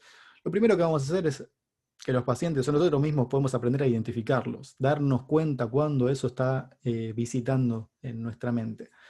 Y vamos a ver algunos errores típicos que tenemos todos en relación a la ansiedad. Acá se presentan 6 distorsiones, 6 sesgos en particular, que son como característicos de la ansiedad. Catastrofizar, saltar a conclusiones, la visión de túnel, la propensión a la aproximación, el razonamiento emocional y el pensamiento todo o nada. Vamos a ir viendo a grandes rasgos qué es cada uno de estos sesgos. Catastrofizar tiene que ver con focalizar en el peor resultado posible. Imagínense, típica situación de cuarentena, me levanto y me duele la garganta. Es como que puedo interpretar mil cosas, desde dormir con la ventana abierta, no sé, estuve fumando durante la semana, de repente puedo estar teniendo, no sé, una pequeña angina, me puedo estar enfermando, pero un sesgo característico ahí sería pensar, tengo coronavirus, o sea, de una, no hay otra chance, es como listo, ya está, me voy a morir, empiezo a planificar mi funeral, fue un gusto todos, voy a firmar mi testamento, o sea, como ya irse al lugar más catastrófico. Saltar a conclusiones, suponer que lo que tememos es lo más probable que suceda. Un ejemplo típico de esto es, bueno, acá de los que están en una charla un sábado a la noche, imagino que la mayoría será medio nerd o del contexto académico, y les habrá pasado esto de estudiarse la vida para un examen, imagínense, un examen que tiene 20 unidades, estudian 19 y media, y en la noche antes del examen están, seguro me van a preguntar esa media que no sé, va a caer uno hijo de puta y me va a decir, a ver, decime este puntito que no estudiaste. Eso es saltar a conclusiones, en definitiva. Esperar que nuestro resultado temido sea extremadamente probable. Cuando si ponemos en términos de probabilidad, si sabemos 19,5 de 20, y es mucho más probable que nos pregunten algo que sabemos que algo que no sabemos. No obstante, ese pensamiento nos dice lo contrario. Visión de túnel, que tiene que ver con focalizarse en algunos aspectos negativos, ignorando los positivos. Imagínense, bueno, ahora la mayoría se cagó en lo que le dije, dejaron la cámara apagada, está todo mal, pero no, mentira. Pero imagínense si yo focalizara en ese estímulo, empezara a ver, la gente tiene la cámara apagada, y me empezaran a visitar los pensamientos que me dijeran, seguro están cagando de embole, debe ser una cagada la clase, mejor, no sé, me dedico a otra cosa. Ese tipo de cosas. Me harían sentir más ansioso seguramente. Y no necesariamente estarían vinculados a la realidad. Serían como interpretaciones completamente descontextualizadas. Eso tiene que Ya ver con la visión de para túnel. dejarte un poco más tranquilo, hay un par de buenas almas que te dicen, jaja, acá estamos, la aprendería, pero me queda la cocina de fondo, jaja, como que apoyo, te van apoyando ahí por el chat, No, aunque sea sin prender la cámara, así que vamos, buenísimo. vamos. Igual a mí me gustaría ver sus cocinas, no sé, compartan un poco. Yo estoy acá, no, no hay nada que ocultar. Entonces, propensión a la aproximación es otro sesgo que nos hace suponer que la amenaza es inminente cuando le tememos a algo. No sé, tengo miedo de contagiarme, bueno, siguiendo con los ejemplos de pandemia, es como, bueno, en cualquier momento, mañana, seguro esta semana me contagio, o sea, seguro me va a pasar ahora. Razonamiento emocional, suponer que mientras más ansiedad tenemos, más peligrosa la situación, cuando no tiene nada que ver una cosa con la otra. De hecho, podemos estar súper ansiosos en una situación que no es para nada peligrosa, como, no sé, estar frente a un estímulo fobígeno. Imagínense que, no sé, tuviera fobia al mate y tuviera un mate acá, estaría re ansioso, pero no significa que esto sea peligroso, de alguna forma. Eh, y finalmente, bueno, y al revés, digo, también puede pasar que esté recontra re relajado, sin ansiedad, en una situación que sí sea peligrosa, de alguna forma. Por lo cual el razonamiento emocional está medio sesgado, no es una guía muy útil. Y el pensamiento todo o nada. La amenaza y la seguridad se ven de forma rígida en términos absolutos de presentes o ausentes. O algo es completamente peligroso o algo no genera nada de activación. No nos despierta pensamientos que interpreten algo catastrófico ahí. Bien. Entonces, ¿qué vamos a hacer con esto dentro del ámbito psicoterapéutico en particular? Reestructuración cognitiva es la respuesta por excelencia a los sesgos cognitivos. La idea es, primero, fomentar en los pacientes que puedan registrar estos pensamientos automáticos y que puedan detectar estos sesgos que fuimos viendo. Esto se hace psicoeducativamente. Se le muestra la misma lista, se le explica qué es cada uno, se lo va invitando a reconocer esos sesgos en sus propios pensamientos. Como diciendo, mira, ayer me mencionaste que, no sé, seguro te va a pasar esto. O que que es 100% probable que, no sé, choques el auto cuando salgas a manejar mañana. ¿Reconoces algún sesgo en esto, de algunos de los que vimos? Que aprenda cómo a identificarlos. Luego de eso, vamos a aplicar, para los que no lo conocen, dentro de la reestructuración cognitiva, que es lo que se llama diálogo socrático, que tiene que ver con una búsqueda guiada en la cual nosotros, a través de determinadas preguntas, sin develarle la respuesta al paciente, vamos como haciendo que caiga su pensamiento, su argumento. Por ejemplo, ante el pensamiento, ¿es 100% probable que me contagie, seguro mañana me contagio? Podemos preguntarle, como, ¿qué evidencia tenés de eso? Por ejemplo, es una pregunta típica. ¿Existe otra forma de verlo? Y si pasara, ¿qué harías en ese momento? Y empezar como a desmenuzar, que el pensamiento empiece a caer, que no se pueda sostener con argumentos. Tenemos a grandes rasgos, estos son algunos grupos de preguntas que se pueden hacer: búsqueda de evidencias a favor y en contra, decatastrofización y revalorización de recursos personales. Dentro de búsqueda de evidencias a favor y en contra, ¿qué prueba tenés de eso? ¿Qué nos muestra la información? ¿Cuál es la evidencia a favor y en contra? ¿Te sucedió alguna vez? ¿Los hechos apoyan lo que pensás? ¿Hay datos que lo contradigan? Entonces acá lo que vamos a ver es que cuando el paciente intenta defender un pensamiento sesgado, no se va a encontrar con muchas evidencias que puedan defenderlo, y sí se va a encontrar con muchas que lo hagan caer de alguna forma. No lo vamos a aplicar con cualquier pensamiento, sino que vamos a tratar de tener el ojo clínico detectar un pensamiento que sea indefendible. Alguien que te dice, mañana voy a salir y voy a chocar el auto, y sabes que es una persona que manejó hace 20 años y nunca chocó en su vida, como, ¿qué tanta evidencia tenés de esto? O sea, como, ¿qué tan probable es que suceda? ¿Puede pasar? Sí, puede pasar. Pero que tengas la certeza, o sea, la bola de cristal, decir, ¿me va a pasar esto? Es otra cosa completamente diferente. De catastrofizar. Esto de, por ejemplo, no sé, alguien que te cuenta, me voy a contagiar, pero como si fuera, ya está, o sea, una sentencia de muerte. No quiere decir que hay que tomárselo a la ligera, pero sí que muchas veces nos quedamos con una idea como si fuera lo peor, lo peor, lo peor del mundo, y vamos a ver que no necesariamente es así, que hay cosas peores incluso, y que no es que le vamos a decir hay cosas peores, pero vamos a empezar a preguntar como, ¿qué es lo peor que podría ocurrir? Imaginemos, te contagias, ¿qué es lo peor que podría ocurrir? Y que pase esto, no sé, que me internen y la verdad le tengo miedo a los hospitales. ¿Por qué sería tan grave? Porque la empezaría a pasar mal. Si sucediera lo que pensás, ¿qué pasaría luego? O sea, en términos de probabilidades, no sé, una persona de 20 años que se enferma y da positivo. ¿Qué pasaría luego? ¿Qué sería más probable que suceda después? Comparado con X, ¿te parece tan terrible compararlo con algo que realmente sea catastrófico y que vea el contraste?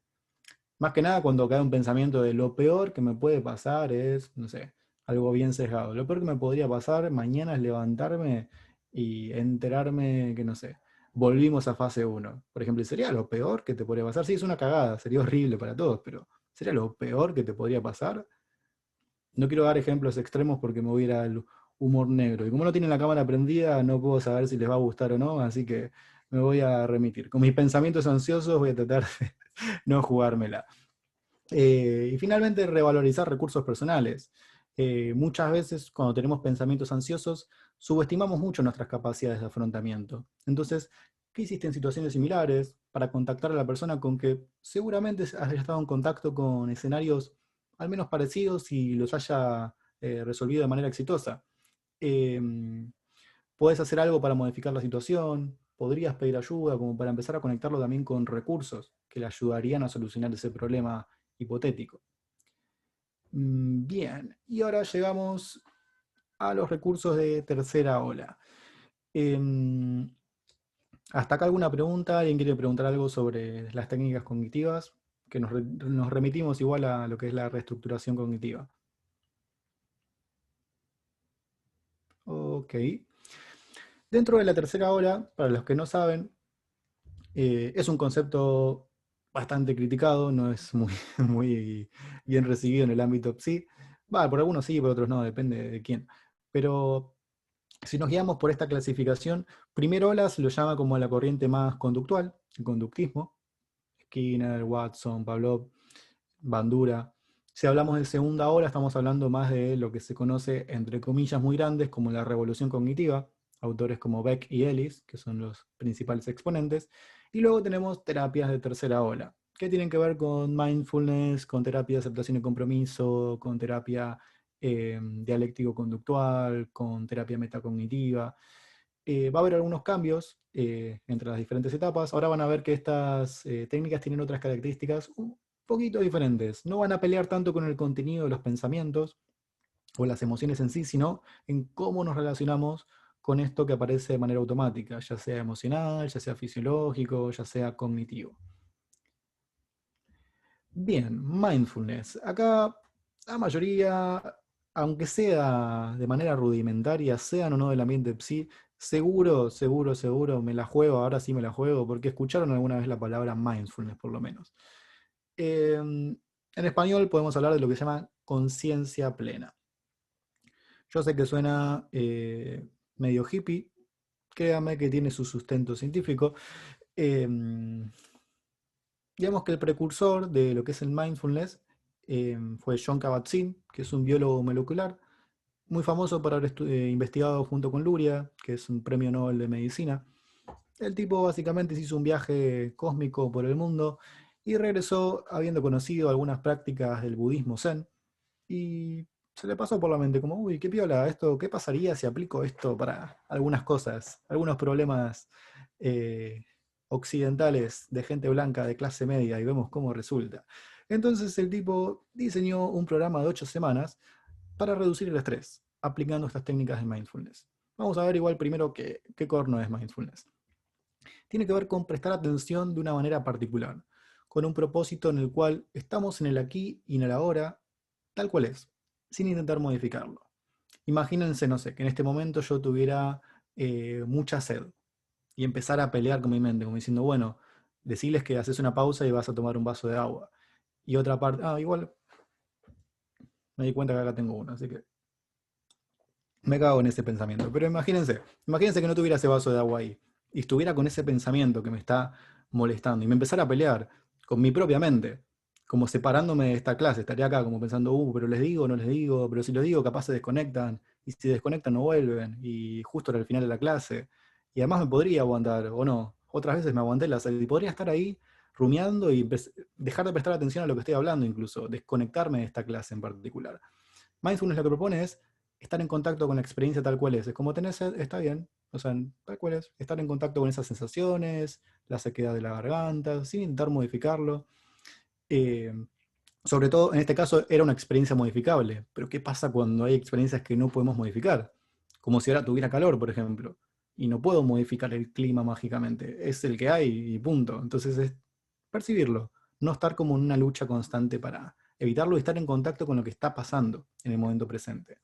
Se trata entonces de una toma de conciencia que no es elaborativa ni prejuiciosa y se centra en el momento presente. Se acepta cada pensamiento tal cual es, como si en vez de estar peleando lo aceptáramos, como me estoy dando cuenta de que en este momento estoy pensando que, no sé, tengo sed, por ejemplo. Fíjense que nuestra mente tiene una característica que es que le encanta hacer viajes en el tiempo, por así decirlo. Irse al futuro con preocupaciones, anticipando escenarios catastróficos, que es algo típico de la ansiedad, o si no, irse al pasado, rumiando, repasando sobre cosas que nos pasaron en algún momento, sobre el contraste entre lo que fue y lo que es ahora, ese tipo de cosas que es más típico de la depresión. Lo que hace mindfulness es como de ese viaje en el tiempo volver a contactar con lo que está pasando acá y ahora. Si me visita un pensamiento sobre una preocupación de mañana, digo, no, estoy en la clase ahora, estoy contactando en el sonido de mi voz, en lo que estoy viendo, en las cámaras apagadas que veo, en el power, en el sabor del mate que estoy tomando, como estar en el momento presente. ¿Por qué funciona esto? Porque interrumpe la desregulación emocional, desactiva esas largas cadenas de pensamiento negativo, la rumiación, porque nos hace volver al presente, y la preocupación también, porque el futuro también nos hace volver al presente, permite un cambio de perspectiva, permite que yo no esté peleando con mis pensamientos, sino que note que los tengo, me gusten o no me gusten, flexibiliza nuestra atención. Esto también mindfulness a veces se puede presentar como un cierto entrenamiento atencional y aumenta el foco experiencial, me permiten percibir varias cosas a la vez, me permite percibir estar en contacto con los estímulos visuales, el sabor, las sensaciones corporales y demás, como que el entrenamiento en esto ampliaría. Tenemos varios ejercicios posibles. Como spoiler, bueno, las investigaciones que se hicieron con este modelo demostraron que un entrenamiento de 8 semanas disminuye los niveles del estrés, o sea que funcionaría. A grandes rasgos, los más conocidos, escaneo corporal, el ejercicio de la pasa de uva y mindfulness de los sonidos. Hay muchísimos otros. Escaneo corporal tiene que ver con adoptar una postura de relajación. Típicamente se hace cerrando los ojos, conectando con la respiración y llevando nuestra atención de manera voluntaria a diferentes partes del cuerpo, sin intentar modificar nada, como percibiendo qué hay ahí. Como ahora vas a llevar la atención en la palma de tu mano, describir qué sensaciones tenés. Quizás te encontrás con alguna sensación incómoda, por ejemplo, no sé, tener la mano medio dormida o fría, es como no hacer nada para cambiarlo, simplemente notar que es que está ahí, ir pasando de una parte a la otra, al cuerpo y demás. El ejercicio de la pasa de uva, que es muy divertido, para los que no lo hicieron, consiste en tener una pasa de uva literalmente, y es como tratar de ampliar el foco perceptivo, o sea, tratar de estar en contacto con la mayor cantidad de estímulos sensoriales que tengan que ver con la pasa de uva. Entonces se come, pero de una forma particular. Uno la agarra, la examina, empieza a ver los detalles, los pliegues que tiene, las sensaciones que tiene contra nuestra piel, empieza a notar o sea, se toma como su tiempo para percibirla, se acerca a la nariz, se sienten los aromas, se lleva la comisura a los labios, se siente.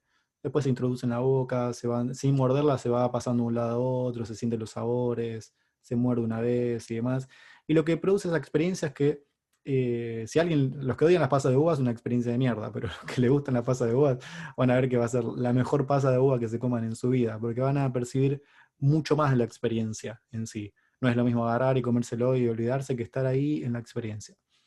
Fíjense, no sé, ejemplo típico, a todos acá y a todas les habrá pasado alguna vez de tomarse su tiempo para cocinar y a la hora de cenar, estar viendo la tele con el celular o resolviendo algo de trabajo y sin darse cuenta haberse comido todo. O sea, terminar la comida, no sentirse saciados ni saciadas y a la vez sentir que no lo disfrutaron. Esto, por ejemplo, es conectar con eso, tomarse su tiempo, percibir los estímulos, digamos, que sean aromáticos, táctiles, gustativos, estar conectado con eso.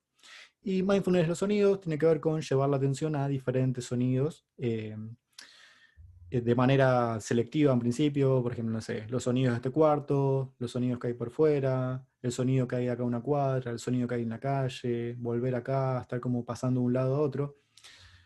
Estos ejercicios, como ven, son en principio sensoriales.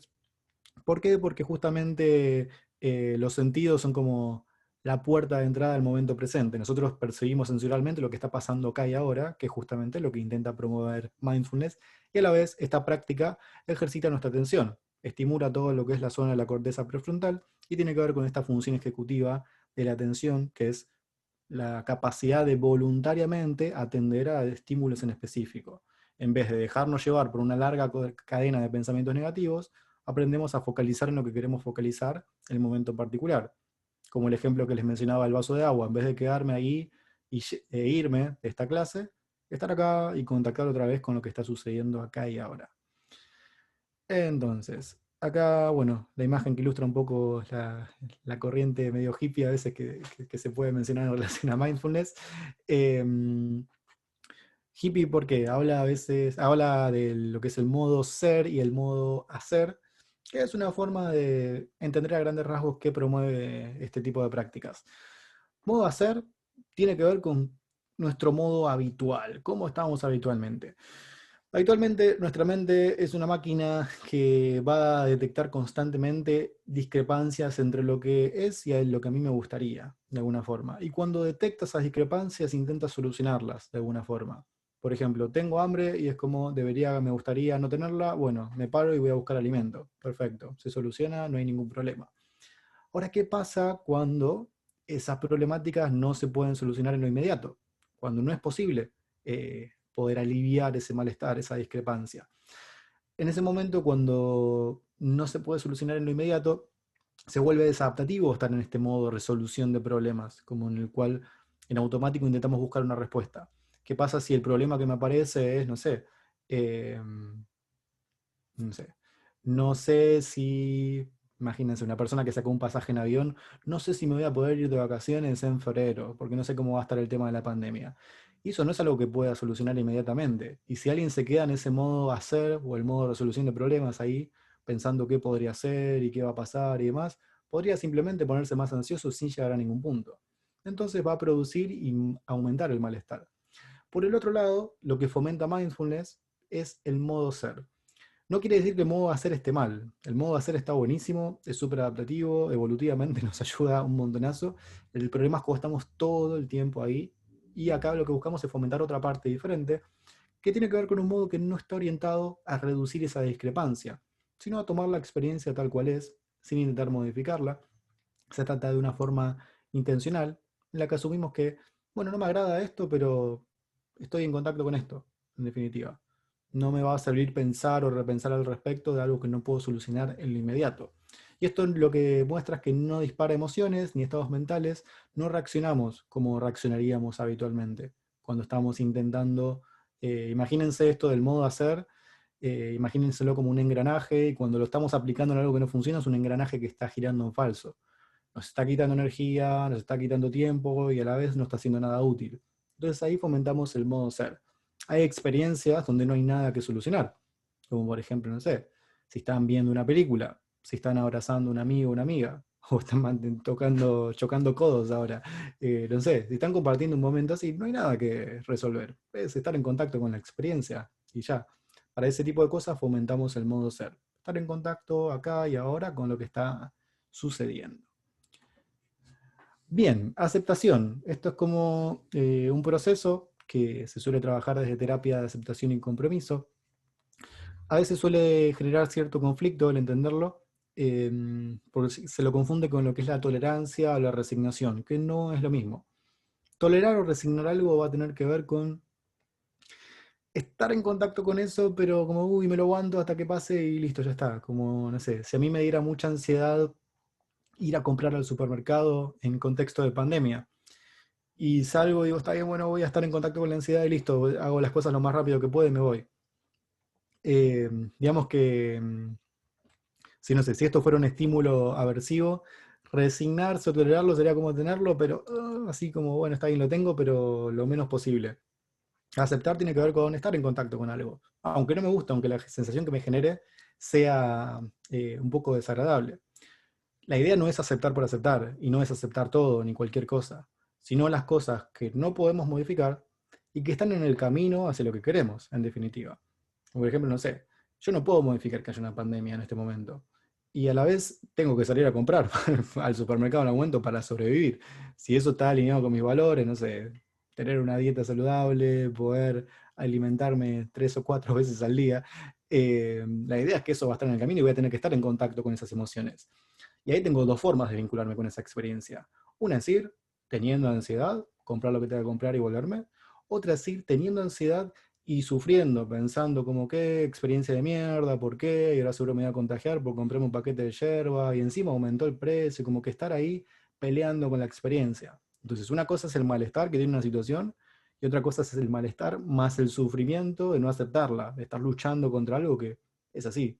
Acá ponen el ejemplo de la lluvia.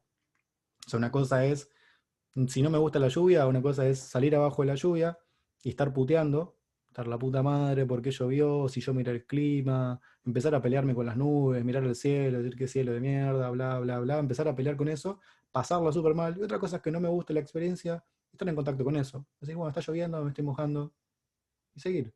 Como, sobre todo si hay algo valioso hacia donde yo estoy yendo, de alguna forma. Entonces tiene que ver con la disposición a que estemos en contacto con experiencias negativas sin intentar luchar con esas. Es algo activo. Digamos, la tolerancia y la resignación son más bien pasivos, como si me aguanto algo. La aceptación es activa. Yo decido estar en contacto con algo, aunque no me agrade, sabiendo que va a haber algo valioso estando en contacto con eso.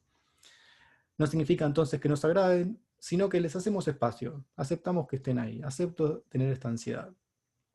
La habitación experiencial en general conlleva mayor sufrimiento, salvo que sea una habitación adaptativa. Pero si esa habitación me termina alejando de lo que yo realmente quiero, va a generar más sufrimiento. Un ejemplo, me estresa la incertidumbre de no saber cuándo acabará la pandemia, un estímulo aversivo que es interno, y recurro al consumo excesivo de alcohol para no estar en contacto con esas emociones, evitación experiencial. Ahí, por ejemplo, sería mucho más adaptativo aceptar, decir, está bien, me estresa esta incertidumbre, estar en contacto con eso, por ejemplo. La aceptación lo que muestra es que las emociones se regulan cuando las aceptamos de alguna forma. No es que desaparecen, no es que nos sentimos bien de repente, sino que no tienen una intensidad extrema en esos momentos en los cuales aceptamos la experiencia. Validar la experiencia emocional.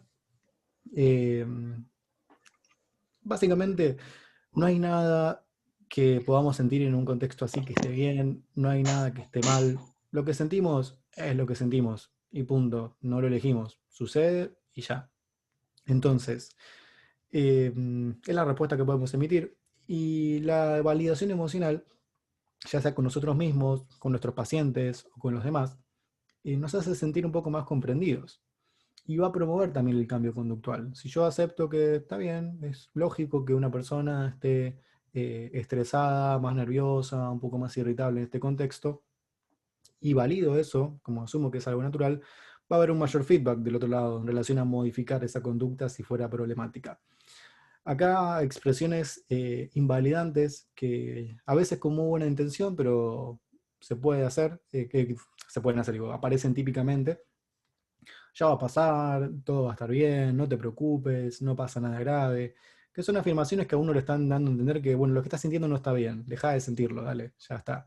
Y es súper invalidante porque la persona no puede cambiar lo que siente. Si me siento ansioso y alguien me dice, ya va a pasar, no pasa nada, va a estar todo bien, no es que se va a esfumar esa ansiedad. Simplemente voy a tener la misma ansiedad y pensando como, ¿qué me está diciendo esta persona? Y ya. Entonces, reconocer y aceptar esa emoción desde la empatía y la comprensión. Eso nos ayuda a lidiar mejor con estas experiencias que pueden ser un tanto difíciles. Recurrir a profesionales de la salud mental es importante en algunos casos en particular.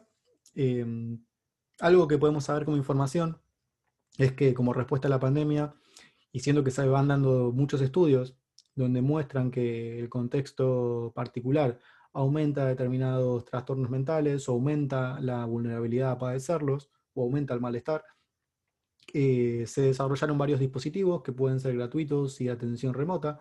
Es bueno estar informados sobre a qué herramientas podemos acceder en un momento así. La idea para acudir a un profesional de salud mental en principio es que nos estemos enfrentando a un malestar significativo que de alguna forma nos está trabando, que no nos permite vivir la vida que queremos vivir.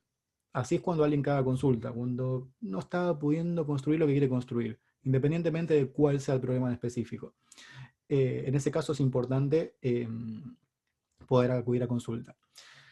Otra cosa importante, y esto es para los profesionales, los que están acá, que sean del ámbito de la salud mental, sean psicólogos, psicólogas, psiquiatras o de algún otro ámbito, es importante que tratemos de ser flexibles, siguiendo el principio de validación de la diapositiva pasada. Hay mucha gente que no está muy familiarizada con las plataformas virtuales, por lo cual ahí nosotros no podemos ser rígidos, como diciendo, no, yo uso Zoom, por ejemplo, y no, o sea, si no sabes usar Zoom, arreglate, no sé, que te atienda Magoya, o sea, no es una buena opción. La idea es que hay gente que le cuesta la tecnología, que aprende los ponchazos sobre este contexto, y nosotros también tenemos que flexibilizar un poco, así como los pacientes también, si somos usuarios, no es como, bueno, si no es así, entonces no. Eh, Flexibilizar un poco. Es mejor a veces tener una atención que no sea exactamente, no sé, yo tengo pacientes que, por ejemplo, en este momento tengo un adolescente que no quiere prender la cámara cuando habla por Zoom, y está bien, tengo que flexibilizar en principio con eso. Después va a haber motivos para trabajarlo en todo caso. Pero si le digo, no, así no te atiendo, es como preferible que tenga la atención a que no la tenga, aunque sea con la cámara apagada. Sí, uno se pierde de ciertos elementos de índole no verbal, pero mejor esa atención que ninguna, eso seguro. O lo mismo gente que no se vincula con las tecnologías y recurre a llamado telefónico, que dice, no, yo no sé usar computadora, celular, a mí llámame, punto. Eh, Mejor que esa persona tenga ese tipo de atención a que no tenga ninguna. Uno también tiene que negociar ciertas cosas. Siempre tratando de recurrir al apoyo empírico, a los papers que haya publicados, que validen de alguna forma esa práctica, pero sin ser inflexibles. Bien, entonces, reflexionando un poco de lo que fuimos viendo, si las personas transitan con estas situaciones de una forma más adaptativa, va a disminuir la probabilidad del desarrollo de un trastorno mental. Si bien esto que vimos nosotros no es un protocolo para ansiedad, estas recomendaciones pueden ayudar a que la persona mejore su calidad de vida de alguna forma, más que nada cuando se encuentra sufriendo por conductas desadaptativas que utiliza para regular su ansiedad. Conclusiones, entonces. La ansiedad intensa puede tener un gran impacto y deteriorar nuestra calidad de vida. Las limitaciones del contexto no son un impedimento para promover una vida saludable. Incluso en un contexto como el que atravesamos, podemos tener una vida saludable y alcanzar un buen nivel de bienestar. Y a grandes rasgos, las cosas que fuimos viendo, la psicoeducación, la relajación, el entrenamiento en resolución de problemas, la reestructuración cognitiva, las prácticas de mindfulness y la aceptación, van a facilitar una regulación adaptativa de la ansiedad. Bien, acá si alguien quiere chusmear las referencias de los papers que fui citando a lo largo de la clase de hoy, pueden sacar una foto ahí. Fíjense que la mayoría son 2020 porque, bueno, tenían que ver justamente con la pandemia. Y bueno, aprovechamos también para hacer un poco el chivo de los cursos que estamos dictando en Psicosimple actualmente, que son el de trastornos del estado de ánimo, el de introducción a la terapia cognitivo-conductual y terapia cognitivo-conductual, los trastornos de ansiedad. Eh, para los que no sigan la página, es la de Psicosimple en Instagram o en Facebook o en donde sea. Bien. Agus, sorry, ¿podés volver a compartir pantalla para que los chicos tengan tiempito de sacar la foto de las referencias? No. Tenés que pasarme el host otra Ay, vez. no podés porque te tengo que pasar el host y no puedo pasarte el host porque estoy grabando. Ok, no, igual, no sé. Lo de las Si no, referencias después igual me pueden pedir el Power. Si notaron mi mail al claro. principio, acá preguntan si los cursos son para profesionales de psicología. No estrictamente, no estrictamente, depende, o sea, si no tenés ni idea del ámbito así de la salud, quizás te resulten algunos conceptos un poco complicados, pero no necesariamente. Hemos tenido gente que lo hizo que no eran del ámbito psico. Eh, el ámbito de psiquiatría y el ámbito, había otras personas que no me acuerdo qué eran, pero no eran psicólogos. Psiquiatras, nutricionistas, Nutricionistas, ahí psicopedagogas, está. Sí, un poco de y no todo. me acuerdo ahora si hubo alguna que otra profesión, pero incluso hubo gente del CBC, o sea, haciendo CBC de psicología sin haber cursado psicología, y que está bien, medio capaz a los ponchazos, pero bueno, los hemos tenido, así que bueno. Bueno, los que quieran aprovechar para hacer alguna pregunta ahora en particular sobre la clase, si les sirvió, si no les sirvió, si les gustaría en algún momento otro tipo de clase de algún otro tema, aprovechen en que este es el momento más de interacción. El mail nuevamente, sí, ahí lo paso, que es menendez.psi@gmail.com. Ah, no, mejor, espera, Para los paso el de Psico cursos, Simple, sí, sí, claro, sí. dale. Y claro, para los Psico cursos sí o sí Simple. que se comuniquen con Psico Simple. Y acá habían preguntado, está en Instagram la información de todos los cursos, ¿no? Sí, es más centralizado si entran directamente a nuestra página, que es www.psicosimple.com.ar. Es psico simple con P dos veces. Si ponen sin P no va a aparecer nada. Y ahí están los 3 cursos. De todas formas, en todo caso, nos pueden mandar un mail y ahí les mandamos el programa actualizado. Y en diciembre arranca uno de los cursos. Del 12 de diciembre al 26 de diciembre cursaríamos los martes y los sábados, 2 horas y media durante 4 o 5 clases, creo que son 4, y la quinta hacemos una cosa medio más optativa de viñeta, y ahí pueden anotarse, es terapia cognitivo-conductual de los trastornos del estado de ánimo. Bien. Em, bueno, de lo que fuimos viendo, aprovechen ahora que es el momento para despejar algunas dudas. Gracias por bancársela también hasta el final. Sé que fue mucha información, pero esperamos que sean del ámbito psi o no, les hayan sido útiles estas estrategias que fuimos viendo. Muy buenas también las dudas que iban apareciendo. Yo justo no podía ver el chat, así que me dio una cagada eso, pero Hubo un par de chistes que capaz que yo no te interrumpí para contártelo, pero alguien preguntó si podía hacer mindfulness con cerveza, por ejemplo. por supuesto, sobre todo con cerveza. Yo lo practico a diario. Sí. Tema certificado. Ah, ¿Cómo? punto importante.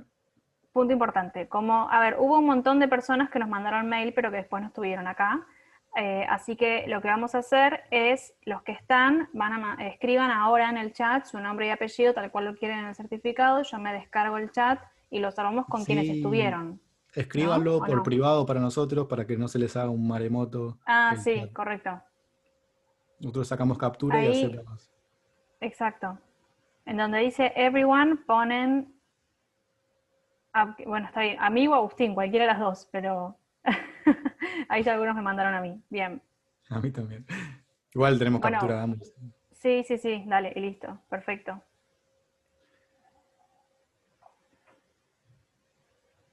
Bien, Bien, ¿alguna pregunta? Sí. los y las que sacaron fotos durante la clase, como dije al principio, los invito a compartirlos con alguna historia, si nos etiquetan en Psico Simple mejor, que nos ayuda para seguir difundiendo un poco la página. Vamos a seguir dando charlas seguramente gratuitas. Ro va a dar una la semana que viene sobre preguntas en la primera entrevista dentro del ámbito de una psicoterapia, que también va a estar buenísima. Con, ¿cómo se llama la otra Nicolás, página? Nicolás Nico, Piragine de Piragine me Duquera. dijo que se pronuncia, de Eduquera. Ahí Acá está. alguien Tenía miedo de pregunta, pifiarle.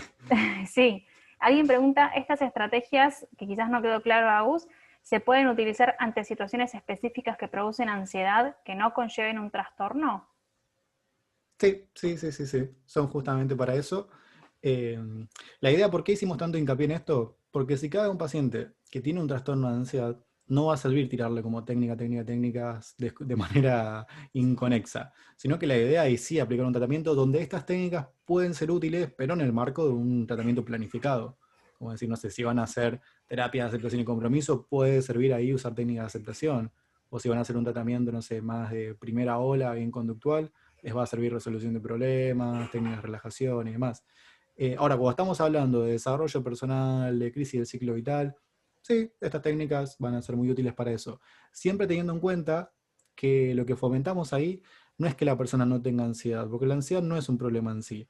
El problema justamente cuando usamos estrategias desadaptativas para regular esa ansiedad.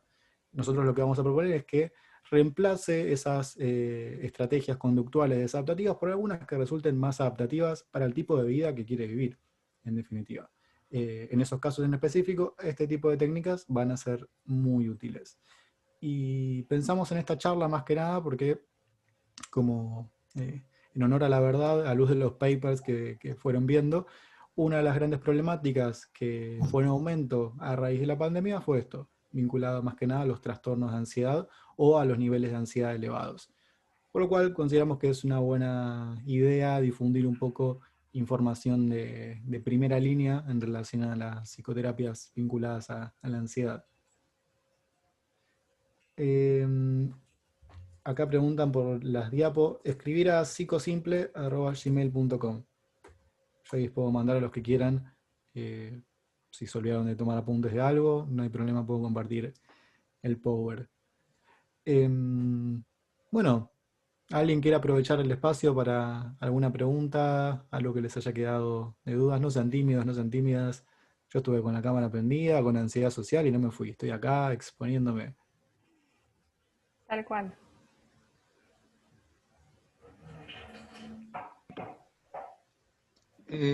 Yo tengo una pregunta. Hola. Sí, David, ¿qué tal? ¿Cómo Sí, estás, David? bien, gracias. Saludos desde Chile. Gracias por la clase. Saludos, hermano chileno. Quería saber si es que en la evidencia que se tiene hasta el momento, que entiendo que ha sido poco tiempo, ¿hay algún marco de terapia que haya mostrado ser más eficaz? ¿Le hace más tirado hacia lo conductual o hacia lo cognitivo? ¿O es la tercera ola la que está como siendo la respuesta ahora? Depende para qué. Depende para qué tipo de trastorno. Digamos en este caso para la ansiedad.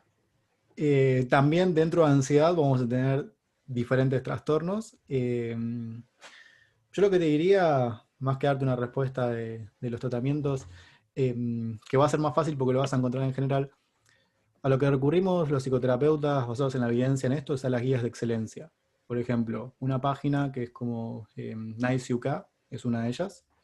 Ah, yo estaba escribiendo por privado, qué boludo. Nice UK, que es la guía británica que utilizan para difundir tratamientos de primera línea. Ahí puedes, por ejemplo, acceder a los trastornos y te va a decir qué es primera línea, qué es segunda línea y demás en relación a la intervención. Después también tenemos las guías en APA. No sé, Rob, vos conocías otra también, que habías visto que estaba muy buena. La de APA. La de APA, ahí está. Sí, sí, sí. La Asociación de Psiquiatras Americanos. Ya me estaba apropiando de otra institución. Y después hay una acá de Buenos Aires que también no es muy difundida, pero es bastante buena. Y en general depende cuál trastorno de ansiedad vas a encontrar lo que es primera línea. Si hablamos, no sé, de una fobia específica, primera línea es, no sé, de sensibilización sistemática, que es de primera ola, es 100% conductual, prácticamente. Ahora, si hablamos de, por ejemplo, no sé, trastorno de pánico con agorafobia, y primera línea es terapia cognitiva, en ese caso. En todo caso, en realidad, terapia cognitivo-conductual, pero estándar, así más de segunda ola. Depende del trastorno en sí. Ansiedad generalizada, por ejemplo, es un caso donde tercera ola está dando muchos mejores resultados que primera y segunda ola, que es una patología compleja para trabajar y se está investigando mucho en relación a lo que es terapia metacognitiva de Adrian Wells. Depende de cada trastorno en específico, va a haber alguno que tenga más evidencia a favor que otro. Sí, es algo que igual va cambiando constantemente, lo más probable es que de acá a 10 años, lo que hoy conocemos como primera línea, deje de serlo y aparezcan otras cosas.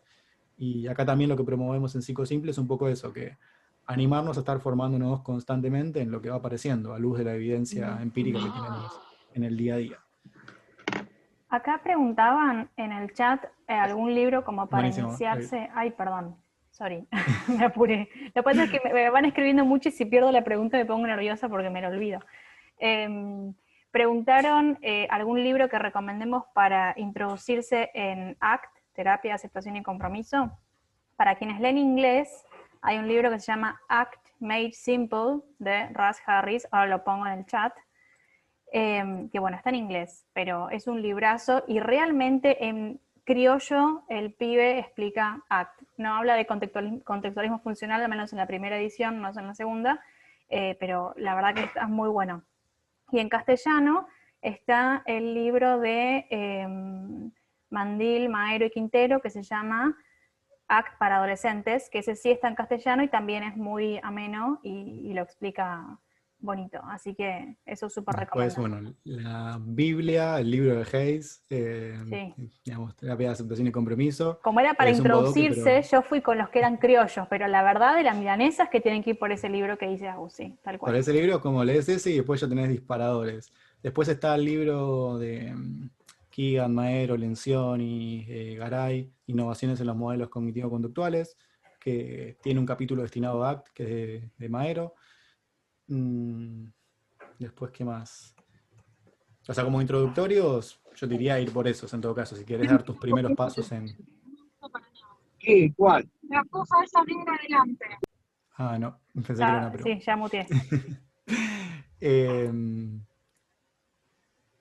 ¿Cuál es el libro que mencioné? Pregunta Irene. No sé cuál de todos. Innovaciones en los modelos cognitivo-conductuales, fue uno.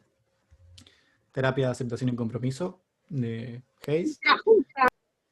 Me- Me parece que voy a poner directamente para que no se puedan... No, pero si no, porque van a preguntar ahora. bueno, true, ok. Sí. Y no sé si había mencionado alguno más. Esos son los que, yo por lo menos los que recomiendo como para arrancar, dar los primeros pasos. El de ACT en adolescentes está buenísimo también. Para Perfecto, no, me había surgido la duda con el que nombraste rápido de Sky, no le dijiste el nombre, entonces creo que es Terapia, Aceptación y Compromiso. Ah, Debe ser. está. Ese.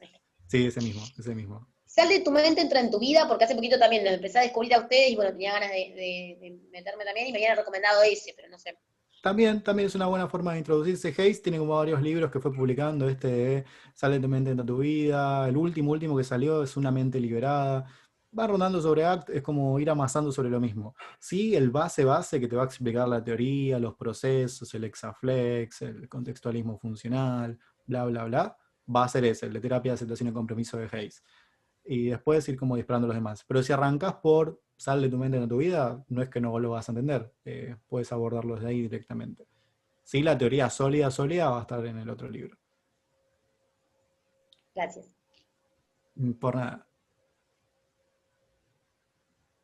¿Alguien más que quiera consultar algo sobre bibliografía, sobre la clase de hoy o alguna otra cuestión?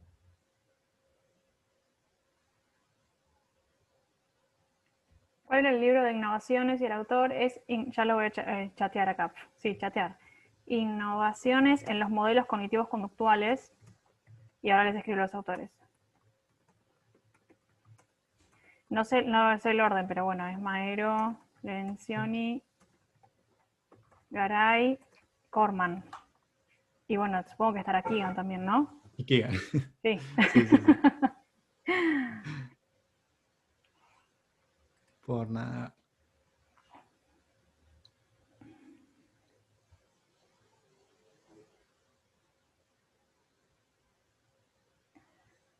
Bueno, si no hay ninguna pregunta más, entonces nos vemos por las redes sociales.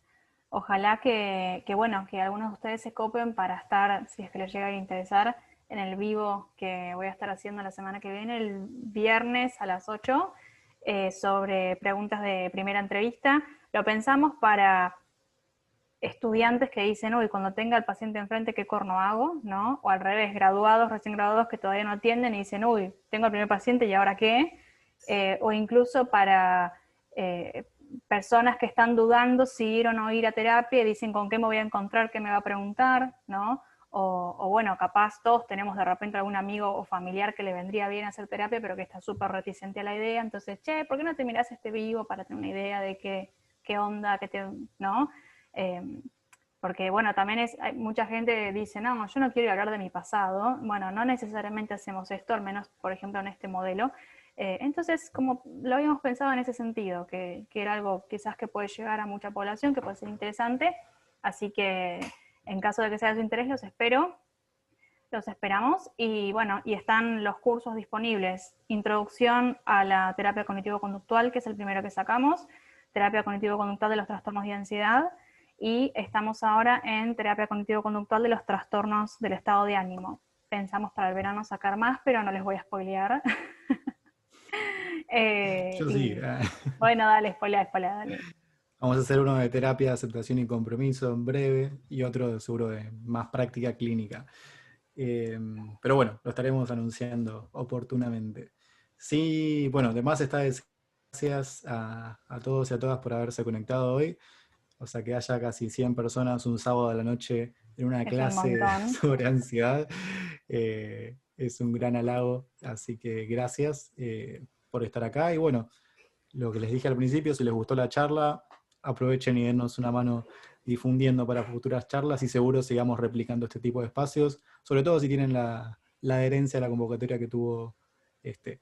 Así que, bueno, si no queda nada más por decir, tienen nuestro contacto y cualquier cosa, estaremos viéndonos las caras, al menos virtualmente o presencialmente, cuando se dé la oportunidad. No sé si hay algo más que quieran decir.